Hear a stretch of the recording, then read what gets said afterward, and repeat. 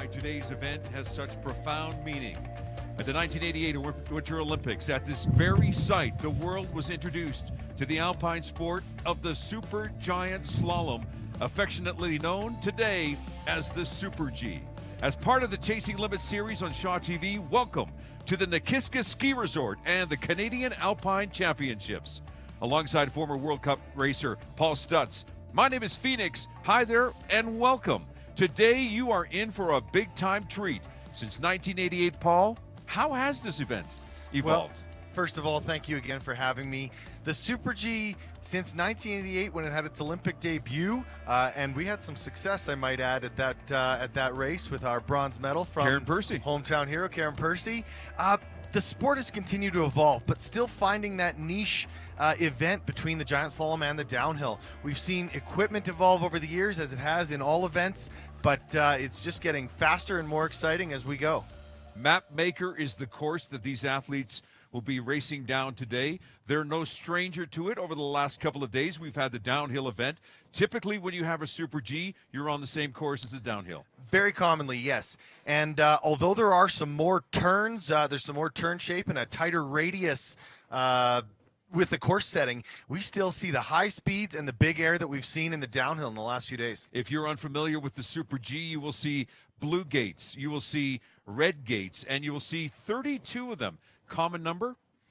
It's actually homologated for this hill, so we're the same start gate and same finish line for as the downhill for today's Super G, and it's homologated, so we have 32 turns in today's race. Let's take a look at the start list. It's going to be the women first, followed by the men. A lady to look at, contestant or athlete number 8, Georgia Burgess. She knows this course like the back of her hand. She certainly does. Alberta ski team member and back-to-back champion in the last 2 downhills in the last few days. So coming off a tremendous week, she wants to keep that medal train rolling. We have Georgia Willinger. We have Meg Cumming. Abby Harrison is another name to look for as we take a look again at the top 30 of the women's start list.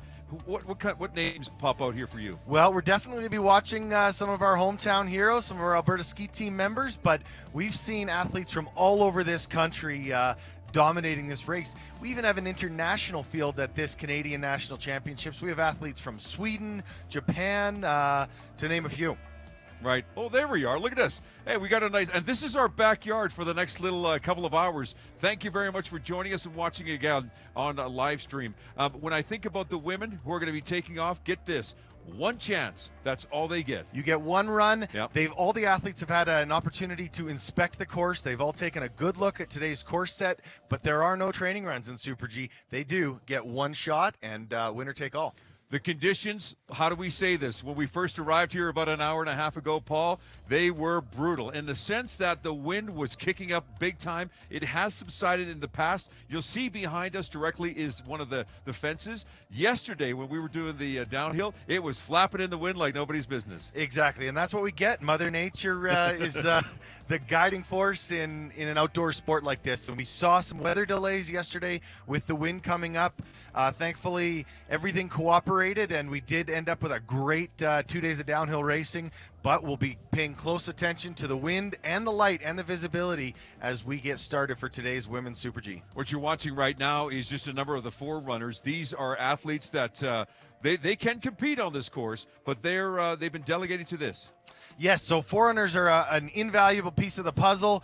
We need them to be not only testing the track to make sure it's safe and running well, but they're going to be relaying all that feedback to the race organizing committee and the jury to be able to tell exactly how it's running. So we know by the time Bib 1 pushes out of that gate, it's running well, it's safe, and everything is ready to roll. Major kudos to our Shaw TV crew here, our volunteers, and of course our staff members who are giving you these absolutely brilliant shots of the course from start to finish. Again, the conditions look fantastic. You and I had a chance to go down the course a couple of days ago. Has it really changed that much over the last couple of days? I think the more the racers get on it, the firmer it gets. They did put the snowcats on there last night to ensure that there would be no extra bumps or terrain from the last few days of racing that would affect today's race.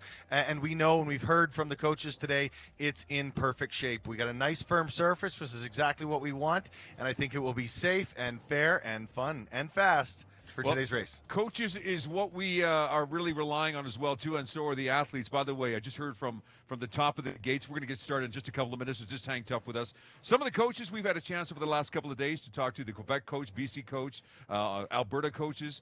They are excited for their athletes, and they love this facility. Why wouldn't they be? I mean, this is the National Alpine Championships. This is part of the U19 National Championships week. But today, for this Super G, this is the Senior National Championship title is going to be awarded today. The athletes have been competing in the downhill over the last couple of days. Is there an advantage to a downhill skier who is a very proficient downhill skier? Is there an advantage when they attack the Super G? Well, definitely. They have a few days of experience. They're used to the speed. It's almost like swinging two baseball bats, if you think about it, where you're used to the speed Sure. and you're used to the magnitude of this run, and they have a few extra days of experience. And now with a tighter, more controlled course set, they have the advantage of confidence from the last few days. So they're going to be taking that into today's set. Over the downhill, we were looking at speeds of over 100 kilometers an hour. Super G, are we going to see the same kind of speeds? I think with today's race, we were 110 plus yesterday, even in the downhill. Well, that was with the wind pushing the athletes down, yeah. But today, I think speeds will still be quite high, 100 kilometers an hour plus, which, as you can all imagine at home, is not for the faint of heart. The downhill, Mother Nature played a factor. In fact, there was a bit of delay that we had for the women and for the men. If the wind kicks up significantly, could there be possibly a delay as well? Definitely. As we said before, the race organizing committee is going to be paying close attention to the weather, safety being the primary concern. But it could, again, have a factor with a little bit of a tailwind or a little bit of a headwind when you're drastically affected in a sport that's so based on aerodynamics. If you're just tuning in, it's the Canadian National Alpine Championships here at beautiful Nakiska Ski Resort. There were a couple of crashes yesterday, part and part, Paul, because of the weather, but part and part because of the inexperience of some of these athletes. Some of them, those athletes specific who had some issues yesterday. What do you say to that athlete? I think you have to just treat it as a one-off because every run they have down the course, whether it works out for them or not, as we saw yesterday, that's a run of experience. All of those mistakes that result in those crashes, thankfully, most of them uninjured. We saw a few names off the start list today, so definitely going to be nursing a few injuries there. But you know what? That's an experience. There was a mistake that was made, and they'll be able to learn from that. Okay, we're going to have a lot of fun here. Again, it's the Super G that we're watching, 32 gates, the blue and the red. There is no superstition, or is there? Well, actually, I shouldn't even say superstition. Is there really a rhyme or reason why there's a blue gate followed by a red, followed by a blue? Well, I think downhill is actually the only event where it's all one colored gate. Yeah. Both slalom, giant slalom, it does alternate red and blue. And a bit to keep control of where you're going. And my parents always said this, that my job as an athlete, as a ski racer, was easy. All you have to think about is red, blue, red, blue. It's an easy job, right? Yes. Well, there's a few more pieces to the puzzle, as we'll see in a few moments. This course that we're going to see, again, it was the same one as the downhill. There was a few jumps that were involved in the downhill yesterday and the day before. Are the course organizers going to readjust the course slightly so that it's not as difficult, as challenging? Or will they add a little, they up the game a little bit? Well, definitely it'll be a little bit more controlled in the top section, so they won't be carrying as much speed off some of those sections with the jumps in them. But I assume we'll be seeing some airtime today, definitely. Okay, now we are back on course, and now we are starting this off here. And let's pay our attention here to Dorothy Faucher, who is our first runner, first skier of the morning, and on course. Dorothy, hailing from Quebec, we know she's got an exciting bib number 1 today, and that can be an advantage. She has a perfectly flat, smooth course, but she doesn't have the advantage of any course reports or knowing exactly how today's Super G is running. One of these things you'll find, too, a number of these athletes are part of clubs that have brought numerous athletes. No doubt that once she completes this course, she'll be relaying information up to the top to her teammates to say, hey, there's certain parts of it. There's her time, 1:15.75. There you get a feel for the course. But she'll be relaying information, yes, and that's fair. You can do that. Definitely. As much of an individual sport as this is, it takes a whole team, and they're going to be using that information and relaying that up to the top. Katrina Van Soos from the Banff Alpine Racers, next on course, bib 2. This young lady is from Banff. She's been no doubt staring out her window as a youngin', looking at these incredible hills and saying to herself, one day just like you, Paul, one day I'm going to be on this course competing against some of the best here in Canada. She's on course. Here's her time so far. Not doing too bad, Paul. Yeah, she's actually 36 100ths of a second ahead at the interval time, so she does have that 0.3 of a second lead off of our current leader, Fauché. So looking very confident. Van Soest is smooth on her feet, and, great to see we have good visibility, nice sun shining on that course. These athletes are going to be able to attack this. She is ahead so far. We're trying to find out what her time's going to be. We'll follow her right down to the bottom of the course. So far, 1:15 is the time that she's got to beat. She's at 1:06 right now. She is coming close. Paul, she's almost here. She's onto that last pitch, trying to milk every ounce of speed she can as she crosses the line with a 1:15.25, our new leader into first place. 1:15.25, that is the time to beat. And here you go. So much fun as we look to the top of the hill again. This course a little bit longer than what we saw yesterday. Well, time-wise, yes. I mean, start and finish altitude are the same, but because of adding a few more gates into Super G event, we are seeing about an extra 10 seconds worth of time on the track. We're catching up here with Skylar Buckle of the Sunshine Ski Club. She originally hails from Edmonton, which is not known for its mountains, but she looks very comfortable here as she's attacking her way down the Nakiska track. Little slow on the top part. She's about 1.21 seconds behind so far of our leader, who is we just saw a few moments ago. Yeah, this 18-year-old, she's just gaining experience. She knows she's got a lot of experience on the tech side, especially hailing from Edmonton.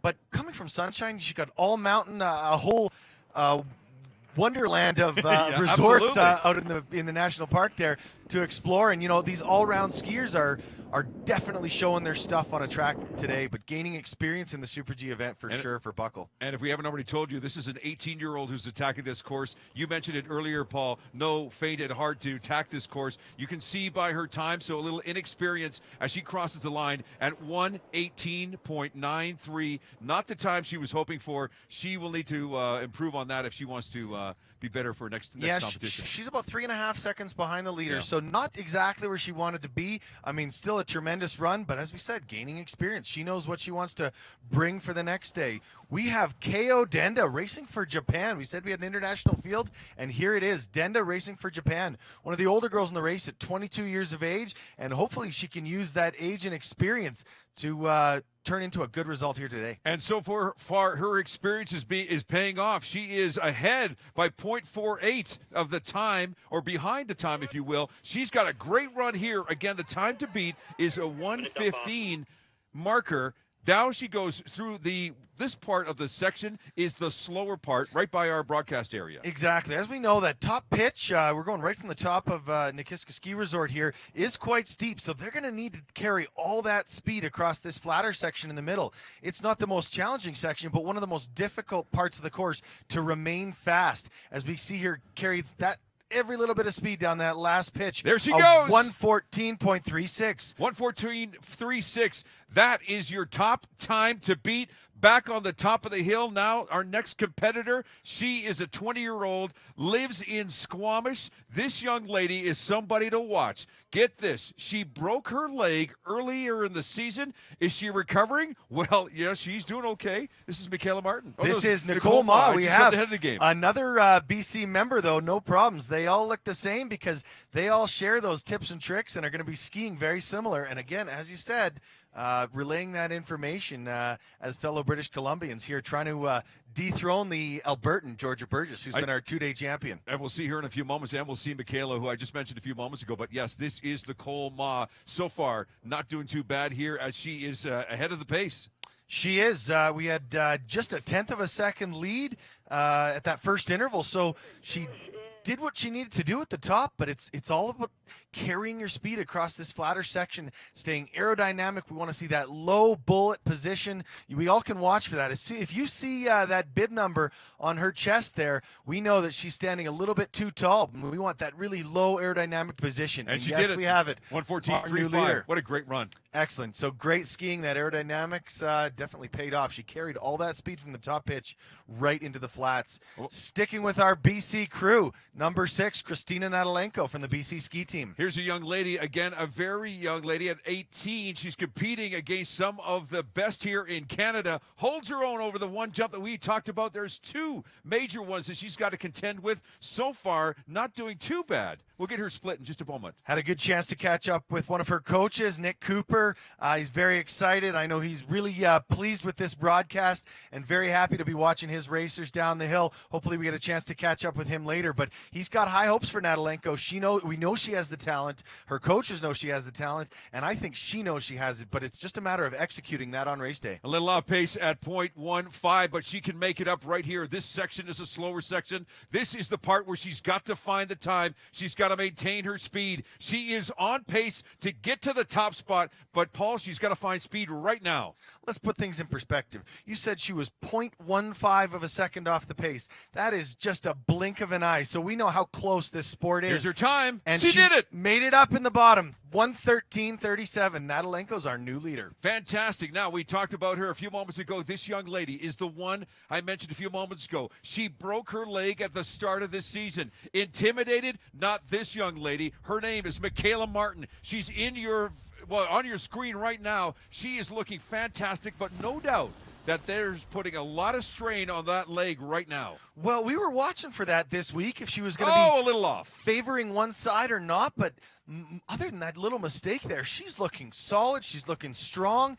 And most of all, looking confident. She's already had top 30 results this season in the NORAMs. I think she even had a top 15 down in Colorado. So, you know what? That's the kind of recovery we want to see. We know injuries is a part of this sport, but when you can bounce back like Martin has, that's exactly what we want to see. She is on pace too. Her interval time is 0.49 ahead of the game. She is doing fantastic as she goes through the part of the section here where she almost lost it again, Paul. But her speed is fantastic. Again, her time is 1:14 is what she's got to beat. She's doing, look at this. Look at this time. Look at this time. Oh, come on. 1:12.52. Look at that. Besting that by almost a second. Fantastic run by that young lady, but as we said, the best is yet to come, and the best, as we would, if we looked at the last 2 days of competition, is on course right now. This young lady, the winner of the last 2 downhills here at Nakiska Ski Resort, her name, Georgia Burgess, on course right now. This Alberta ski team member is definitely one of our hometown heroes. We've been cheering for her all week. And you know what? She's using all of that experience on this hill and all of that talent, and has it ever paid off? 2-time champion in the downhill. Can she make it 3? She has the lead at the interval with a 22.62 times. So it is enough currently, but she really needs to carry that speed.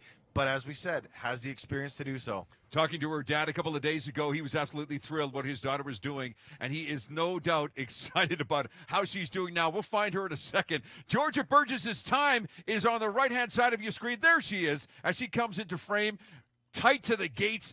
Nice tuck position. Oh, we can't wait to see her time again. 1:12 is what she's trying to beat.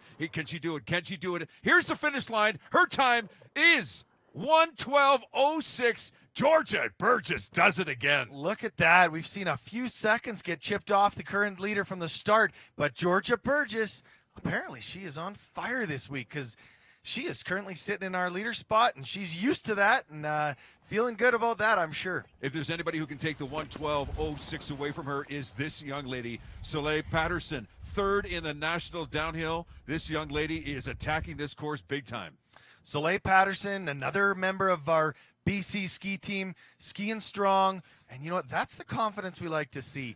We know she has the capability, but it's just about executing that. I think the nerves may have got to some of those younger racers yesterday where we saw a few of them not making it down the mountain. But look at this. I've seen nothing but confident skiing today, and this is an awesome event so far with these young ladies. Little off the pace at 0.57. We're going to find out if her time of 1:12.06, if she can beat that. Again, 1:12.06 is the time thrown down by Georgia Burgess that we just saw a few moments ago. Soleil Patterson coming to the finish line. She's got it. If she can make it to 1:12, she's in first. No, not quite. 1:13.45. That puts her in fourth spot. Not bad for that Roslyn, BC native. Fourth position, but will it be enough to hold? Back to the start, bib number 10. Another Ontario member, Sydney Mason from Craigleith. If there's anyone to be scared, it's this young lady at 16 years old, Paul. Well, does that look scared to you? She is in her bullets, leaning big time skiing into down those. the mountain. Oh! She's looking confident and strong. I don't see any fear whatsoever in her skiing. That is exactly what we want to see from this young athlete. And, we're talking about gaining experience. I don't think Sydney wants to be gaining experience. I think Sydney wants to be winning ski races right now. Sydney is attacking it big time. As you can tell, a little bit of her arm movement. She's a little bit out of control, but she's got her composure around this section of the course. Again, we've talked about this as a slower part of the section. She's a little off the pace right now, but we'll see how she finishes up. Hey, it's not a judge sport. You can do whatever you want to with your arms. No one's looking about how you look. It is the clock that matters, and that is all that we need. Start to finish, the fastest one down the mountain is going to be our champion today. Sydney Mason coming now around the final bend here. This is the final part of the Super G that you're watching here at Nakiska Ski Resort. 1:12.06 is the time to beat to take top spot. Not quite for this young lady, Sydney Mason. She should not be disappointed with the time of 1:14.49. Seventh spot, excellent to see. Back to the start. Another international racer and one with some success. Podium position in the downhill this week, Nadia Gunnerstedt from Sweden. Fourth place yesterday in the downhill. Again, she has an advantage. She's seen this course a couple of times. One thing we're noticing right now, Paul, the wind has kicked up slightly. Could be a bit of a disadvantage for her. We'll see at her interval in just a few moments. Especially in this middle section, we've seen the wind pick up, and that's where it matters most because you can't gain or lose speed on your own. She is definitely getting a little wide. I don't think those mistakes are going to be what she had planned on doing. You saw her get a little bit inside, and anytime you see that snow coming off her skis, that speed being left on the hill. And I'm not sure if she's off course here or not. We'll take a wide angle. There she is. She was just a little bit ahead of the camera, so maybe she does have some speed. She was faster down the hill than we expected. She is, in fact, 0.39 ahead of the game. This young lady has the chance to take the lead right now. 0.939 at the split. We're going to find out her time again. 1:12.06 is the time as we see Nadia in the lower section. Her time. She did it. 1:12.01. 5/100ths of a second. There we are. That is just run. a blink of an eye. 5/100ths of a second. She takes the lead from Alberta ski team member Georgia Burgess. We have a new leader from Sweden. Man, oh man, these ladies are attacking this course big time here at Nakiska Ski Resort. Mapmaker is the course that they're flying down, and when we say flying, over 100 kilometers an hour, these ladies are flying. And how about this 18-year-old? Her name, Frances McDonald.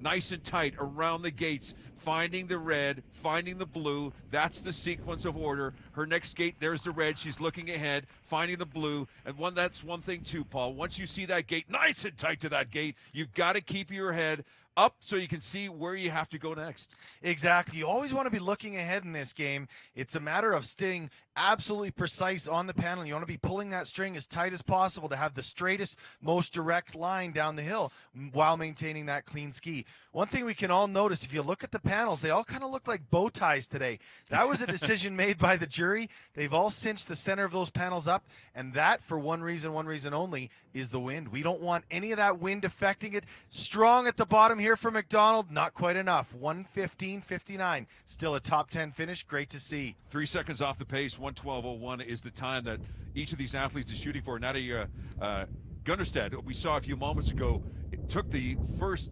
overall lead in this race. We're watching the first 30 women. Georgia Willinger from New Zealand are racing for New Zealand on course. Definitely no stranger to the hills here, but races for New Zealand. We already have a Swede in the top position of the Canadian National Championships. Are we going to make this an international race? I think so. Willinger definitely a little wide, and I don't think on the point she wanted to be on in that last turn. You saw her just kind of scrambling to keep in the course, and that's one of those sections you don't want to be making mistakes like that because that's where you need to be carrying your speed. She was half a second back at the interval, but hopefully she can stay aerodynamic and use some of that experience to carry her down the rest of this course. Can she make up that 0.44 at the interval? Can she make up that time through this section? This is where she has to make sure that she maintains her position, keeps nice and low, tight around those gates as she sees the finish line ahead of her. Again, again, the time to beat 1:12:01. Her time coming up. It's not quite where she wants to be, 1:13.93. Sixth position. Back to the start. We have Rebecca Gunnerstedt, the sister of our current leader, Nadia, who is actually from Sweden as well, but actually bested her sister yesterday with a silver medal. And you know what? Even though she's a little bit older and may have some experience, these two sisters are going to be working together. Great position in the air. That's exactly what we want to see. These international contingents definitely showing some of the Canadians how it's done today. But I have no doubt we got lots more to come. Be interesting to see. Let's hope she got word from her sister about exactly how this track was running. Paul, she is 0.16 off the pace. Sorry to interrupt. Not at all. 0.16. We're close. Definitely in the mix. Halfway through the course, this is the section we talked about. This is right by our broadcast location. Great camera shots here by our crew here at Shaw TV. We hope you're enjoying it here at Nakiska Ski Resort. It is the Alpine Championships Super G as we get into the final section for Rebecca Gunnerstedt. We got the second of the Gunnerstedt sisters coming down, and we have her sister in the lead. It's just, we always wonder if she knows if her sister's in the lead, does that give her some confidence? Here we go. Does she not care? Does she she wants do to it? beat her sister. Oh, and she does! Woo-hoo-hoo! Wow, 1:11.94 for the Gunnerstedt sister. Rebecca is now in the lead. What an amazing competition today. 1 and 2 sisters obviously came to play today, so we'd like to think they've been talking to each other. They have a trick up their sleeve that they're not sharing with anyone else. And by only 0.07 of a second, so definitely a tight race. This young lady, 19-year-old Meg Cumming, she is from Penticton. She's seen what the previous athletes have done. She knows what she has to do. A puff of snow from the back end, not want to slow herself up, because it's the upper section here, Paul, that you've got to maintain the speed, because this section right here is the slower section. It all depends on how you did. Oh, a little off course, and that is a sign of frustration for Meg Cumming. Little too tight. She was trying for something. It just didn't work for her. Definitely not what we wanted to see. This Alberta ski team member, we'll see if we can get her close to come over here and have a chat with us. This Banff Alpine racer has the experience. We've seen some great skiing from her in all events, and obviously disappointed we were going to try and chat with her, but you know what? She's going to take a few moments, obviously reevaluate where that mistake came in, but that just shows you it's one quick little wrong move with the leg. She caught an edge, and that's the end of her day. So too bad for that Alberta ski team member, Meg Cumming. That's the end of her National Championship Super G. A little frustration here, but now we have another racer on course. This is Georgia Lamoureux. She was first year of FIS, another 16-year-old on this course, intimidated. Not these young ladies. Man, look at how she's just handling this course like it was nothing. But there's a section through this section we'll see in a moment where her previous competitor, Abby Harrison, lost it a bit. Georgia Lamoureux trying to do well. Oh, yeah, Abby Harrison's on right now. My apologies. No, we have Abby Harrison, Calgary Alpine Racing Club. Lamoureux's definitely the one sitting in the gate watching this track. Definitely going to want to be taking a close look at what we have. And hopefully we have the opportunity to catch up with Meg Cumming from the Alberta ski team to find out exactly how this track is running. Nothing better than a firsthand encounter of what's going on. Abby Harrison off pace right now by 0.70 seconds. She's trying to make it up in the back section here. 1:12 is the time she's trying to beat for top spot. Not quite for this young lady. 1:13.91. That puts her in 7th spot. All right, who do we have with us here, Brad? Hang on with that. We just saw a few moments ago, that was Georgia Lamoureux, who we saw have a spill right off the top. Paul, what we see? Second gate, she kind of caught an edge, just like we saw from Cumming here. But, you know, it just shows you how on the edge these athletes are. Let's find out exactly what happened down there. Meg, we're going to have you crouch down just a little bit so we can see you on TV. All right, first of all, the course. How did it feel? The course is pretty good. It's very windy. We know Mother Nature's playing a factor for sure. Yeah. What happened to you, though? Why are you here instead of the finish line? Well, it was super windy up top, so I was getting thrown everywhere I didn't want to be. So as soon as I came over the second bump, which was right before I went out, I was going to go straight and tuck and try to get as much speed to make up for my top on the flats down here. and I went way too straight. Well, she's obviously taking those chances. That's exactly what we want to see. Great skiing so far. And we're glad you're okay. Thank you. Definitely, we saw some crashes yesterday, so glad to see you're still standing. Took and, a big one in the training. Yeah, we saw that, and glad to see you're okay. But you know what? We got 2 more days of racing. We got Giant Slalom and Slalom, which I saw you skiing last weekend at Banff Mountain Orkway. We know you're one of the favorites for the slalom.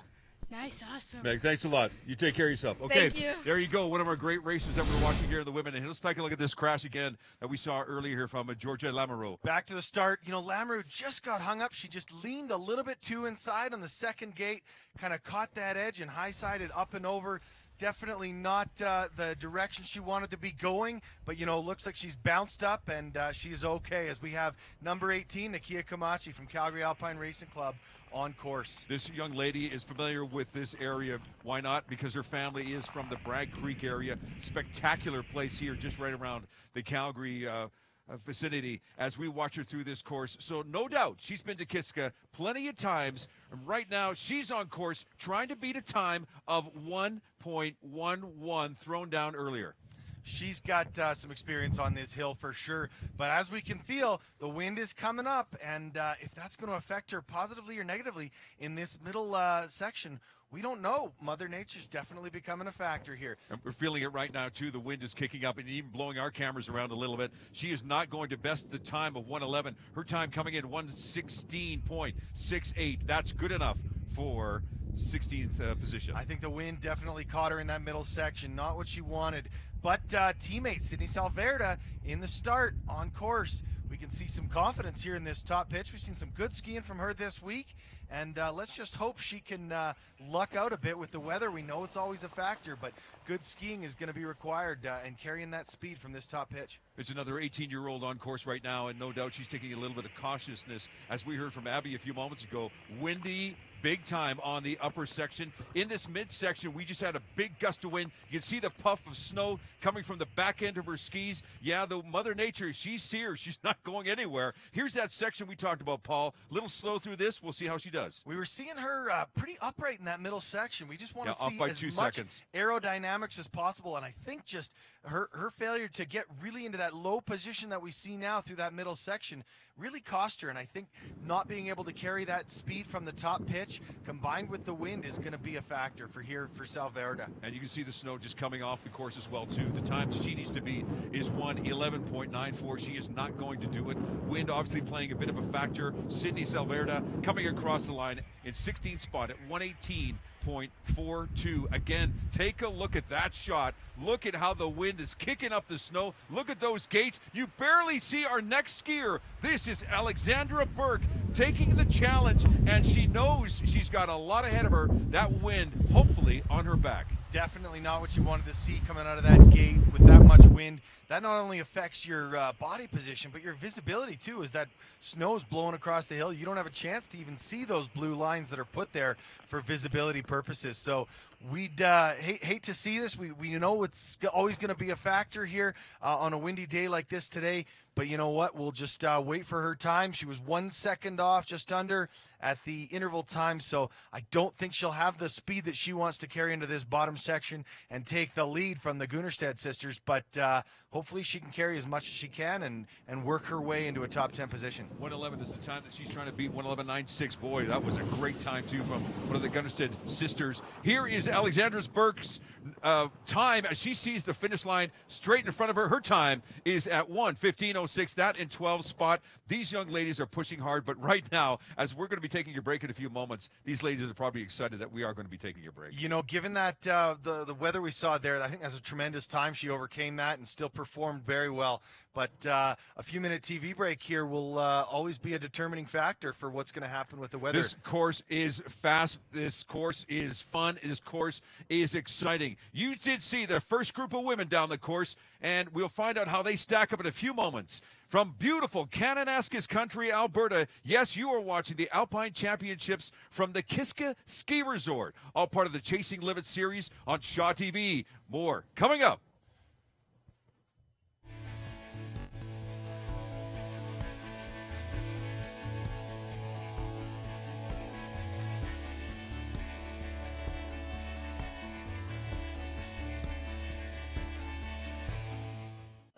Wycom Solutions, a proud supporter of the Chasing Limits series and Alberta Amateur Sports. Visit wycom.ca for details on their full list of communication products and services. Shaw TV is home to the WHL regular season and the 2017 WHL playoffs. The journey will start with 22 teams and we'll have all the hits, the saves, and the goals until one team is crowned as Chanel Cup champions. For complete broadcast information, visit shawtv.ca or whl.ca.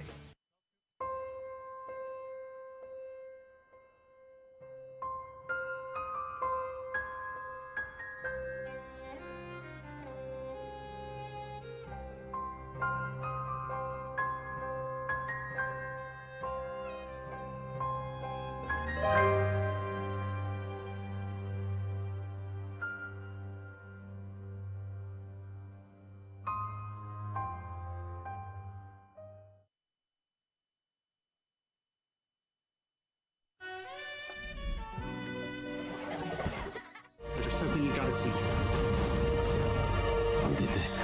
That's the card. We have to go back up tomorrow. And they're not gonna go up there without you. Help me. You'll have to trust me. You better come home to me.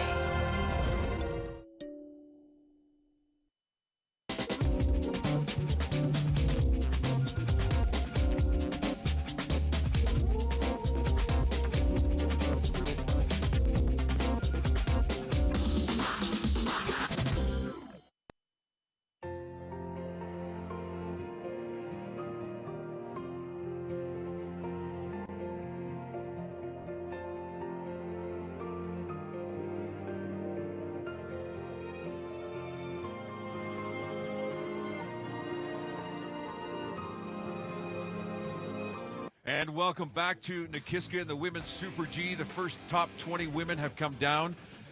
Nick from Team BC is joining us. So, Nick, thoughts about the results? Well, obviously a good day for the sisters.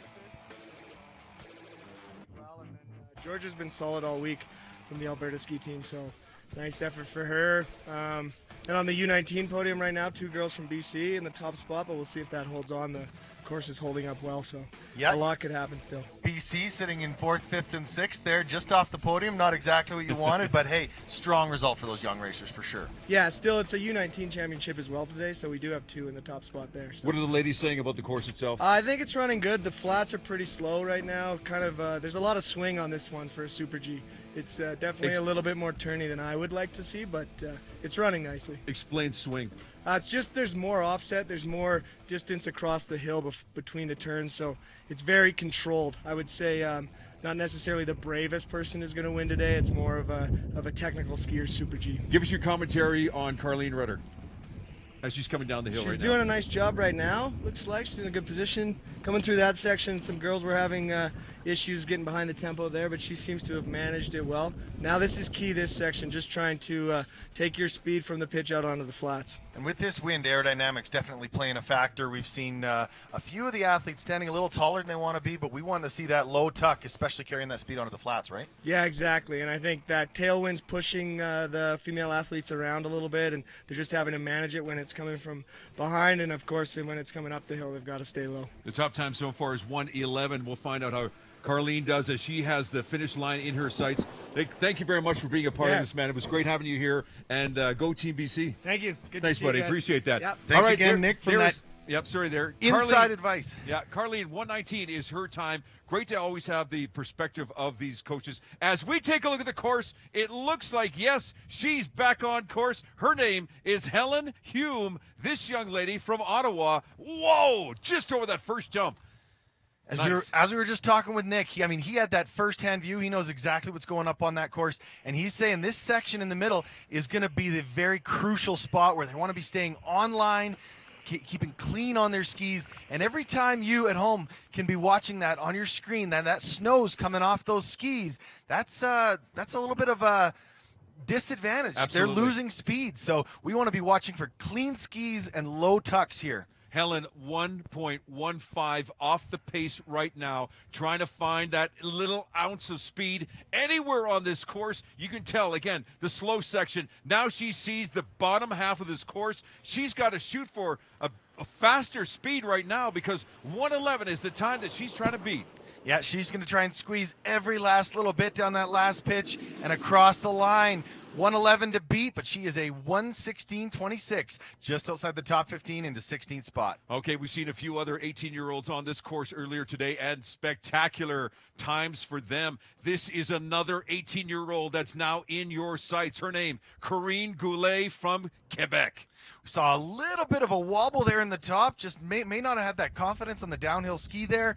You want to make sure you're on point up top there because, as we've seen twice today, a little bit of an error, a little bit of a balance being off. And it cost her. You can catch an edge and be out of your course. Luckily, she stayed on track, and I think it did cost her some time. She's 2.2 seconds out at the interval, but hopefully she can carry what's left down onto the flats here. This young lady now coming into, as you mentioned, the flat area. It's flat, but it's probably the flatter section of the entire course. But still, you can maintain. If you can maintain your speed, you could make up some time. It's the lower section that she has to find the time. 1:11 is the time she's trying to beat. Doesn't look like it's going to happen, Paul. Corinne Goulet coming over the last pitch. She knows this is the national championships. This is the biggest Super G race of the year for her, and she's going to be gunning for the absolute top spot. But I think some of those mistakes in the top are going to cost her, and I don't know if she's going to be as pleased as she can be with this time with a 1:21.18. Well, speaking of gunning, it was Rebecca Gunnerstead that actually laid down the time of 1:11.94.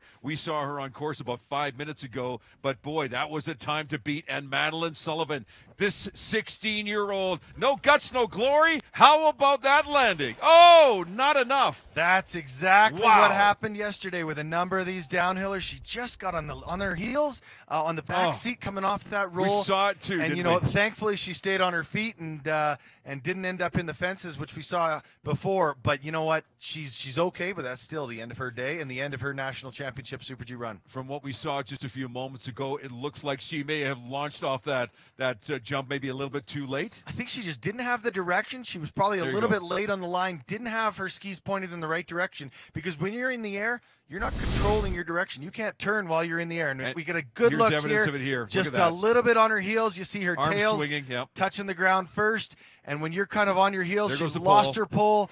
And luckily, she recovered. Well, and you know what? And thankfully she recovered, because the speeds that they're coming down, even though it's the first 20, 30 seconds of the course, they are flying down this course. They are. That's the steepest section, and you're building up the most speed throughout the entire track. But unfortunately, the end of a day for Madeline Sullivan from Ontario. Yeah, her day is complete, and no doubt some frustration. She'll be talking to her coaches. No doubt her coaches will be giving her some information, and they'll probably be helping her out with some tips to handle the course later. As we've said before many times, for these young racers, I mean, she's only 16 years old. This is experience. This is her building her repertoire, her adverse conditions. She now has dealt with the wind. She's now knows this track. And you know what? I would have no doubts we see her back here and confident next year for the national championships next season. And now that there's been an issue on the course, so what's going to happen? The officials going to be just clearing off the course again? We do have a DNF, okay. So they're obviously going to be evaluating, making sure there's no safety factors that are coming into play, ensuring everything is safe, and ensure she has come off the course and is out of harm's way for our next racer, who, also from Ontario, we have Emily Goodman sitting in the start waiting to go. We are so excited that you are a part of this as well, because, man, we are having fun being here live, but we're trying to bring it to you as best as we can here with the crew from Shaw TV as we go back on course and we talk about some of these wonderful athletes. This is a 19-year-old. Her name is Emily Goodman. We'll get her on screen in just a few moments as we see her whipping around the red gate, now the blue. What do we know about this young lady? Looking a little bit tentative in the top section here. I mean, I just don't think she has that low position, and that maybe confidence might be a factor here going into this. I mean, she knows what she wants to do, but getting a little bit twisted up there, and I don't think she's keeping that clean ski that she wants. You're absolutely right. So maybe a couple tactical errors are going to prevent her from doing exactly what she wants to and today. She's off pace right now. 2.4 seconds behind at the interval, but we know it's a minute long. This is top to the bottom of Nakiska, so a lot can happen in the bottom section. As we talked about earlier, that tuck Her body position, yeah. we just need to see those shoulders a little bit lower and those hands up by her face to be in the absolute most aerodynamic position. So right now she's sacrificing a little bit of speed with that position not quite being as low as we've seen some of the other racers today. And that's a coaching tip for this young lady as well, too. Emily Goodman, who is from the National Ski Academy in Ontario. This 19-year-old has her sights now set on the finish line. A sense of relief, but a lot of work for that young lady. Yeah, I don't think that was the result she was looking for there. There's a tentativeness, yeah. Yeah, tentative off that jump, but still solid. I mean, definitely better than the bid before, which I'm sure she watched.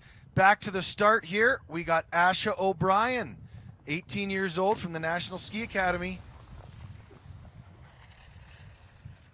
Skiing solid in this top section. You know, we want to be making as much speed and generating while we have gravity on our side to be pushing as much in that top section, because all of that speed that you're going to be building there is going to be what carries you across this flat section. So you can't make anything back in the middle here. Asha having some difficulty in the upper section, 1.94 seconds off the pace right now. She's trying to best a 1:11.94. Right now, she is having a difficult time. Love her helmet, by the way. Look at that. Yeah, Nice she's pink looking helmet. good. But as we said before, it's not a fashion show. That's Although right. looking good and skiing good go hand in hand, the time does not care how you're looking down there. So she's just going to be focused on speed right now. She wants to be getting as much aerodynamics into this last section. I see a little bit of a narrow stance there, which might be affecting stability, but O'Brien across the line, I don't think she's got the time that she wants. Here's that jump we kept talking about, leaning way forward in her landing. Obviously a little off there.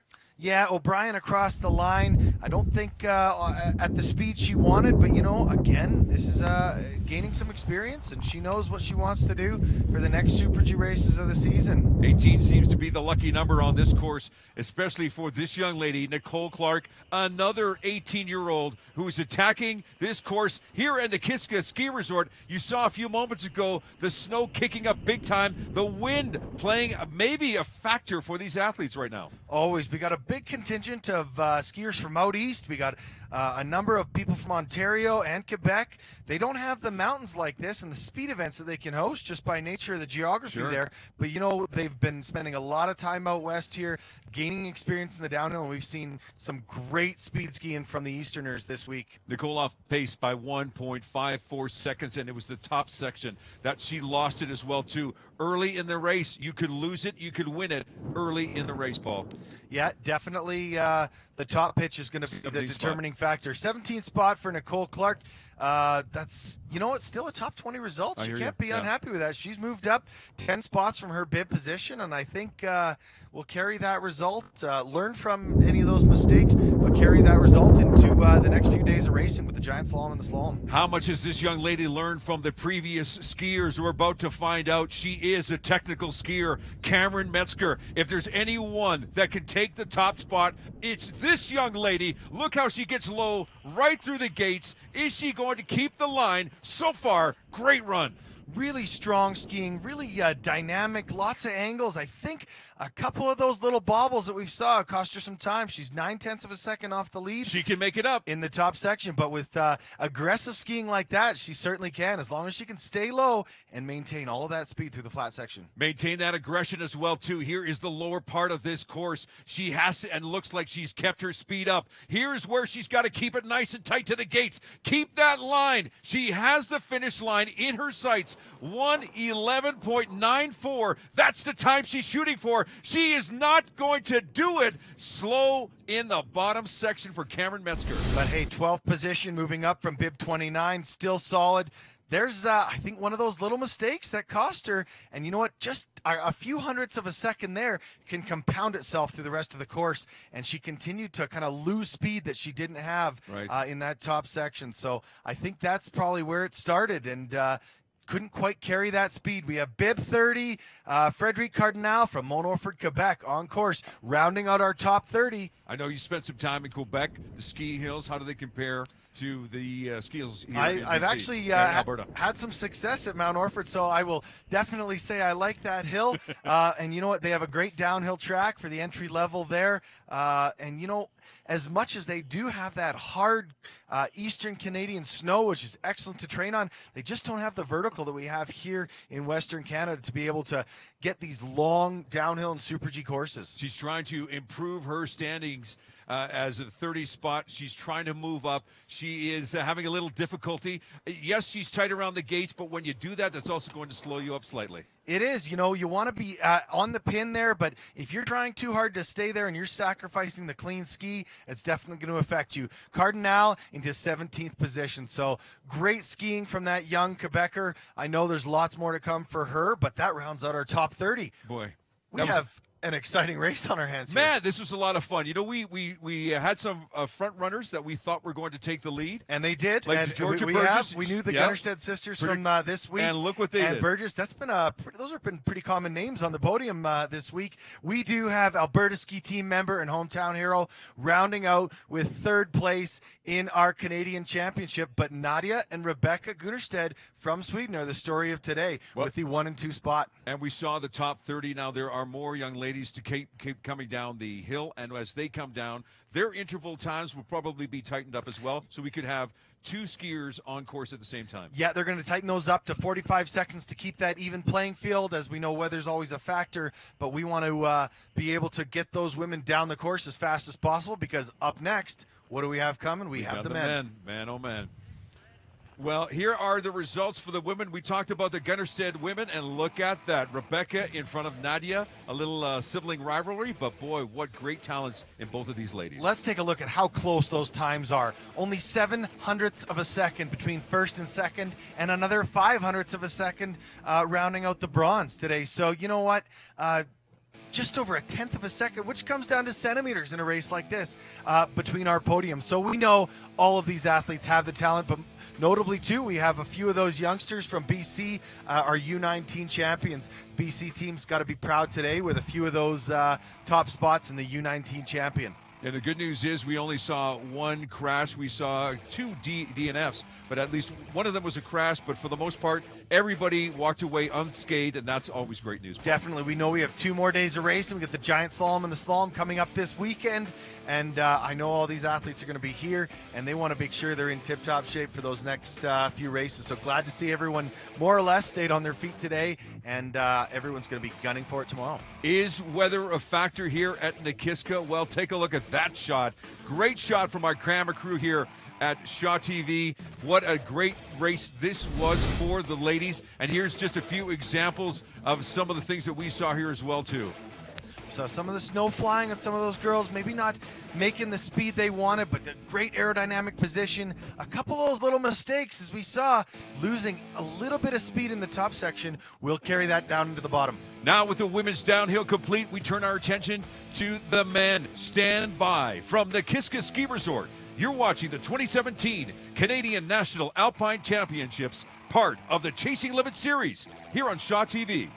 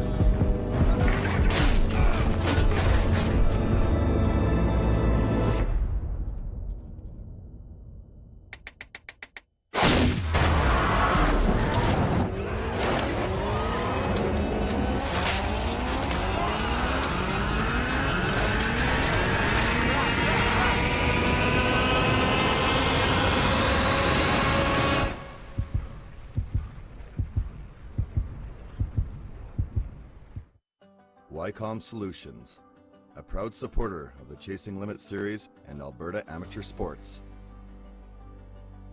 Visit wycom.ca for details on their full list of communication products and services. Shaw TV is home to the WHL regular season and the 2017 WHL playoffs. The journey will start with 22 teams and we'll have all the hits, the saves, and the goals until one team is crowned as Chanel Cup champions. For complete broadcast information, visit shawtv.ca or whl.ca.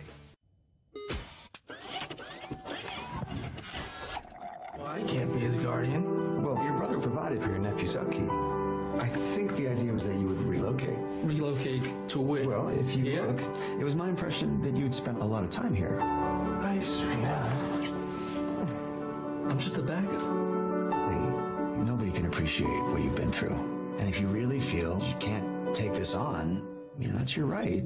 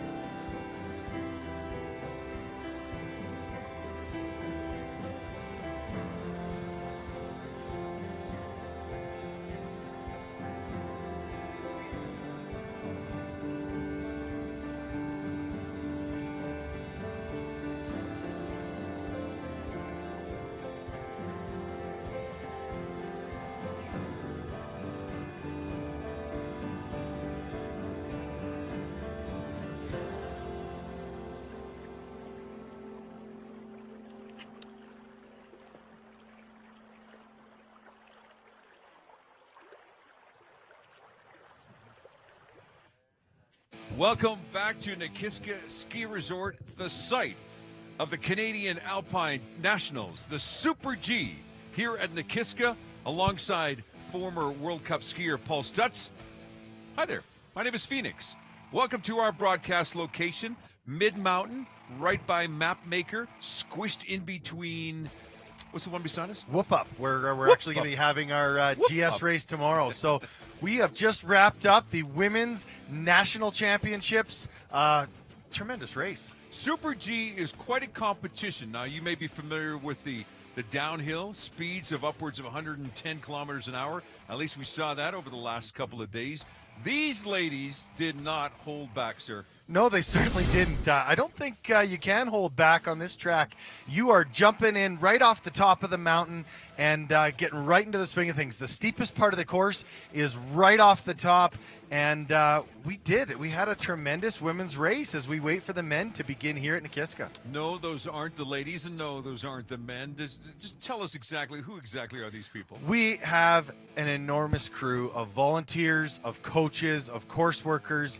There are so many people behind the scenes that we need to thank explicitly for their tireless efforts. This track is in absolute perfect condition, and it wouldn't be without all of the hard work, as we saw, making sure this course is in absolute perfect condition. So thank you again to all of the volunteers who are putting in all of those long hours on the mountain. Certainly. And getting this race off. Also, the sponsors. There's, we looked at Delta Kananaskis Lodge as one of the major sponsors as well, too. If it wasn't for those organizations stepping up and actually helping to bring this all together, these competitions may be struggling over the years. They definitely would. I mean, we're very fortunate to have the partnership with Sport Check, being the host to these national championships. Sure. I know their logo is displayed proudly on all of our gate panels today, but as you saw, with the wind you're seeing behind us here, they've actually tightened up those panels just to ensure they're not blowing around and getting in the way of the racers. So with the Super G, like any Alpine competition, Mother Nature always seems to want to play a factor. As we look back at some of the women's event here, we'll see that in the background, you might notice a little snow kicking up here, some puffs of powder behind the skis. These women had to be really on their game because these conditions were changing almost by the minute, Paul. We're getting a good view of that middle section where we're seeing some of those little mistakes that really cost some of the top positions with some of these ladies. They're going off that jump, may not be on perfect balance or may not have the exact direction they were looking for, and we did see a few not even make it down the mountain today. Canadian national champions who we are looking at today here. Some hiccups, some slips, like Abby there, who we actually chatted with as well, too. She was a little frustrated, but at the same time, though, what a great attitude that young lady had when we chatted with her. Yeah, this Alberta ski team member obviously didn't get the Super G results she wanted to today. Neither did Lamoureux there, who didn't quite make it down past the second gate.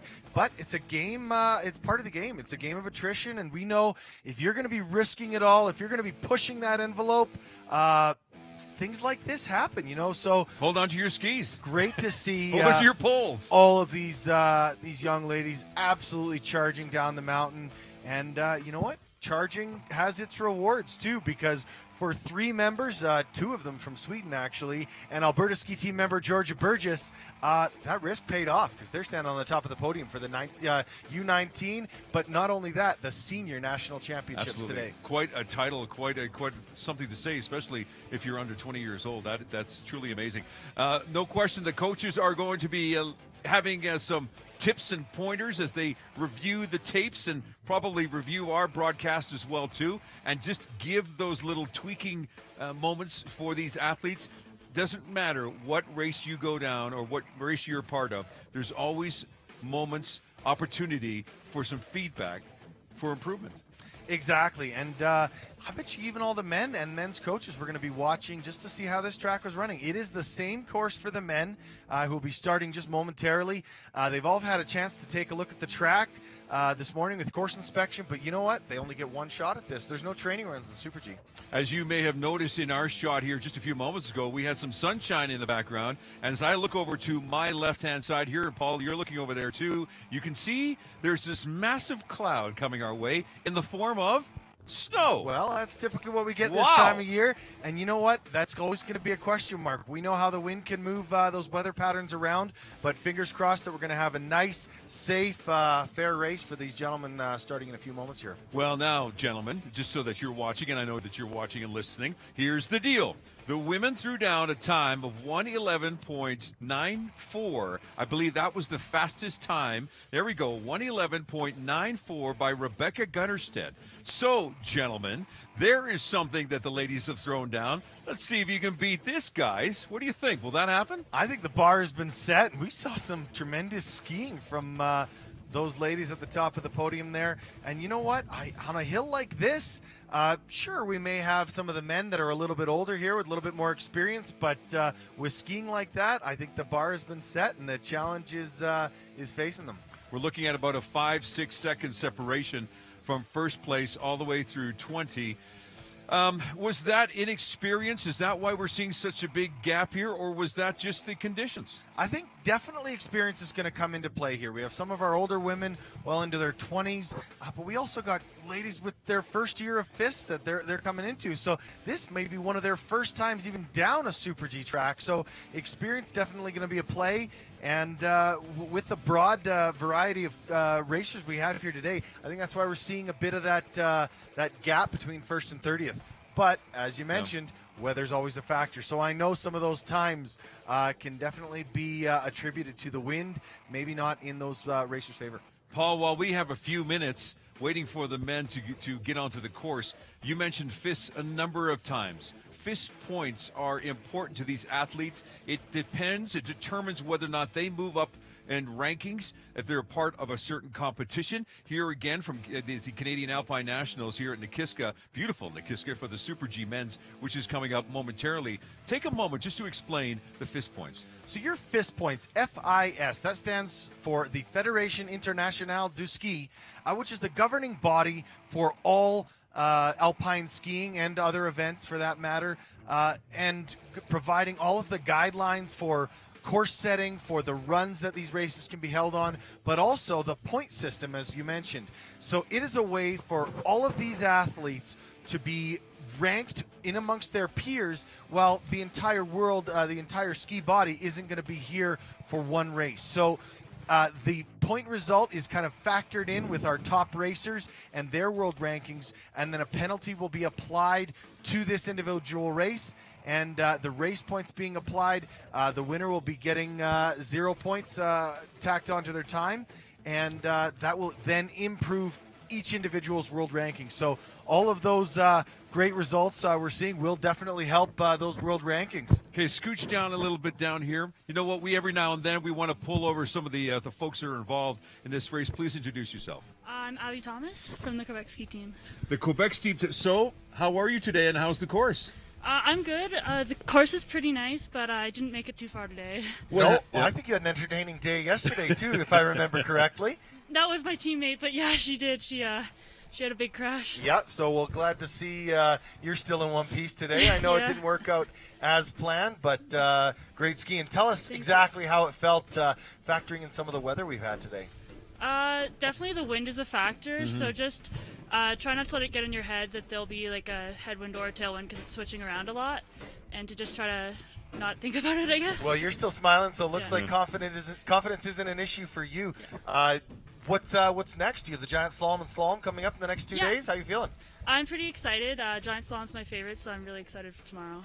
Ali, you know, there's been a lot of talk about the course here in Alberta, but Quebec, give us an idea of some of the hills that you are on and how do they compare? So we race a lot at Mont-Saint-Anne, Tremblant, Bromont, and there's like a lot of the same variety of like steepness.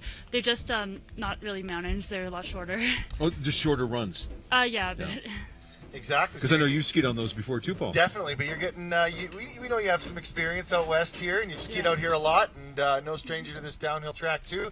But I think that GS course has your name on it. We know it's nice and steep, and it's got that nice, hard Eastern Canadian snow feel to it. So wishing you the best of luck, definitely, for the next few days. Thank you. Ali, your team members, you've got a few guys that have come along for the trip as well too. Which ones should we be looking for? Any of them on any given day, anyone can have a good Oh, run. come on, pick your favorite. Hey, that's a team. That's a strong That's a great team I answer. like that. Who should we be looking for from your team? All three of us. I think one won't be racing because of a concussion, but I think Sierra and I will both be racing tomorrow. We're still looking forward to it. What about Thank the you. men's race? Who's your favorite going into the men's race this afternoon? I don't know. She can't pick a favorite. Sorry. She doesn't pay attention to the men. She's too busy skiing fast. Yeah. Allie, thank you very much for stopping No in. problem. Enjoy the rest of your week here. Thank you. Okay, wonderful. There you go. Thank you very Thanks much. so much. You get an idea of some of the athletes. Yeah, they're excited for being here. And here's the deal: they're away from home for a little bit. They're getting a feel for what it's like to be on the road, and maybe down the road, if they want to be a World Cup skier like yourself, pal. That's quite a transition when you just travel within your country, but to go travel throughout the world. Come on, man. It definitely changes the game. I mean, all these athletes growing up, they're going to be bouncing around all the different local resorts. But even at once you hit that fifth level at 16 years of age, you're traveling across the country, racing throughout the United States as well on the NORAM circuit. But yes, that everyone has that World Cup dream, and the big part of that circus takes place in Europe. So it's definitely a new experience racing overseas and seeing the caliber of racing that the rest of the world can offer. We're giving you a live shot of the Nakiska Ski Resort.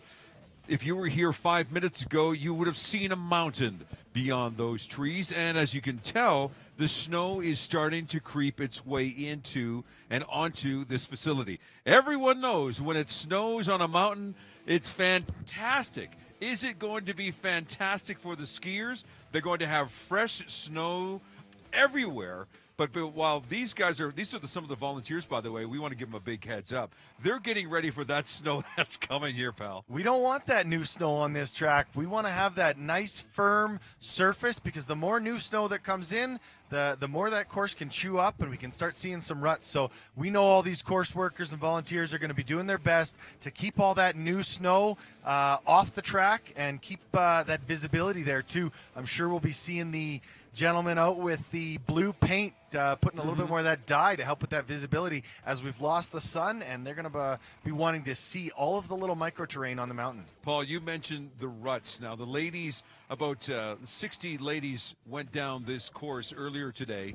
The ruts are starting to build courtesy of the women. The men know that. They have to factor that in. As you can see, some of the athletes just warming up, because the men will be attacking this incredible course here at Nakiska in a few moments. But they're factoring in the ruts. Will they be adjusting their lines as they go down the course? I think they're willing to just tough it out and stay on their lines, stick with their game plan, and just use that strength and power to be pushing through those ruts.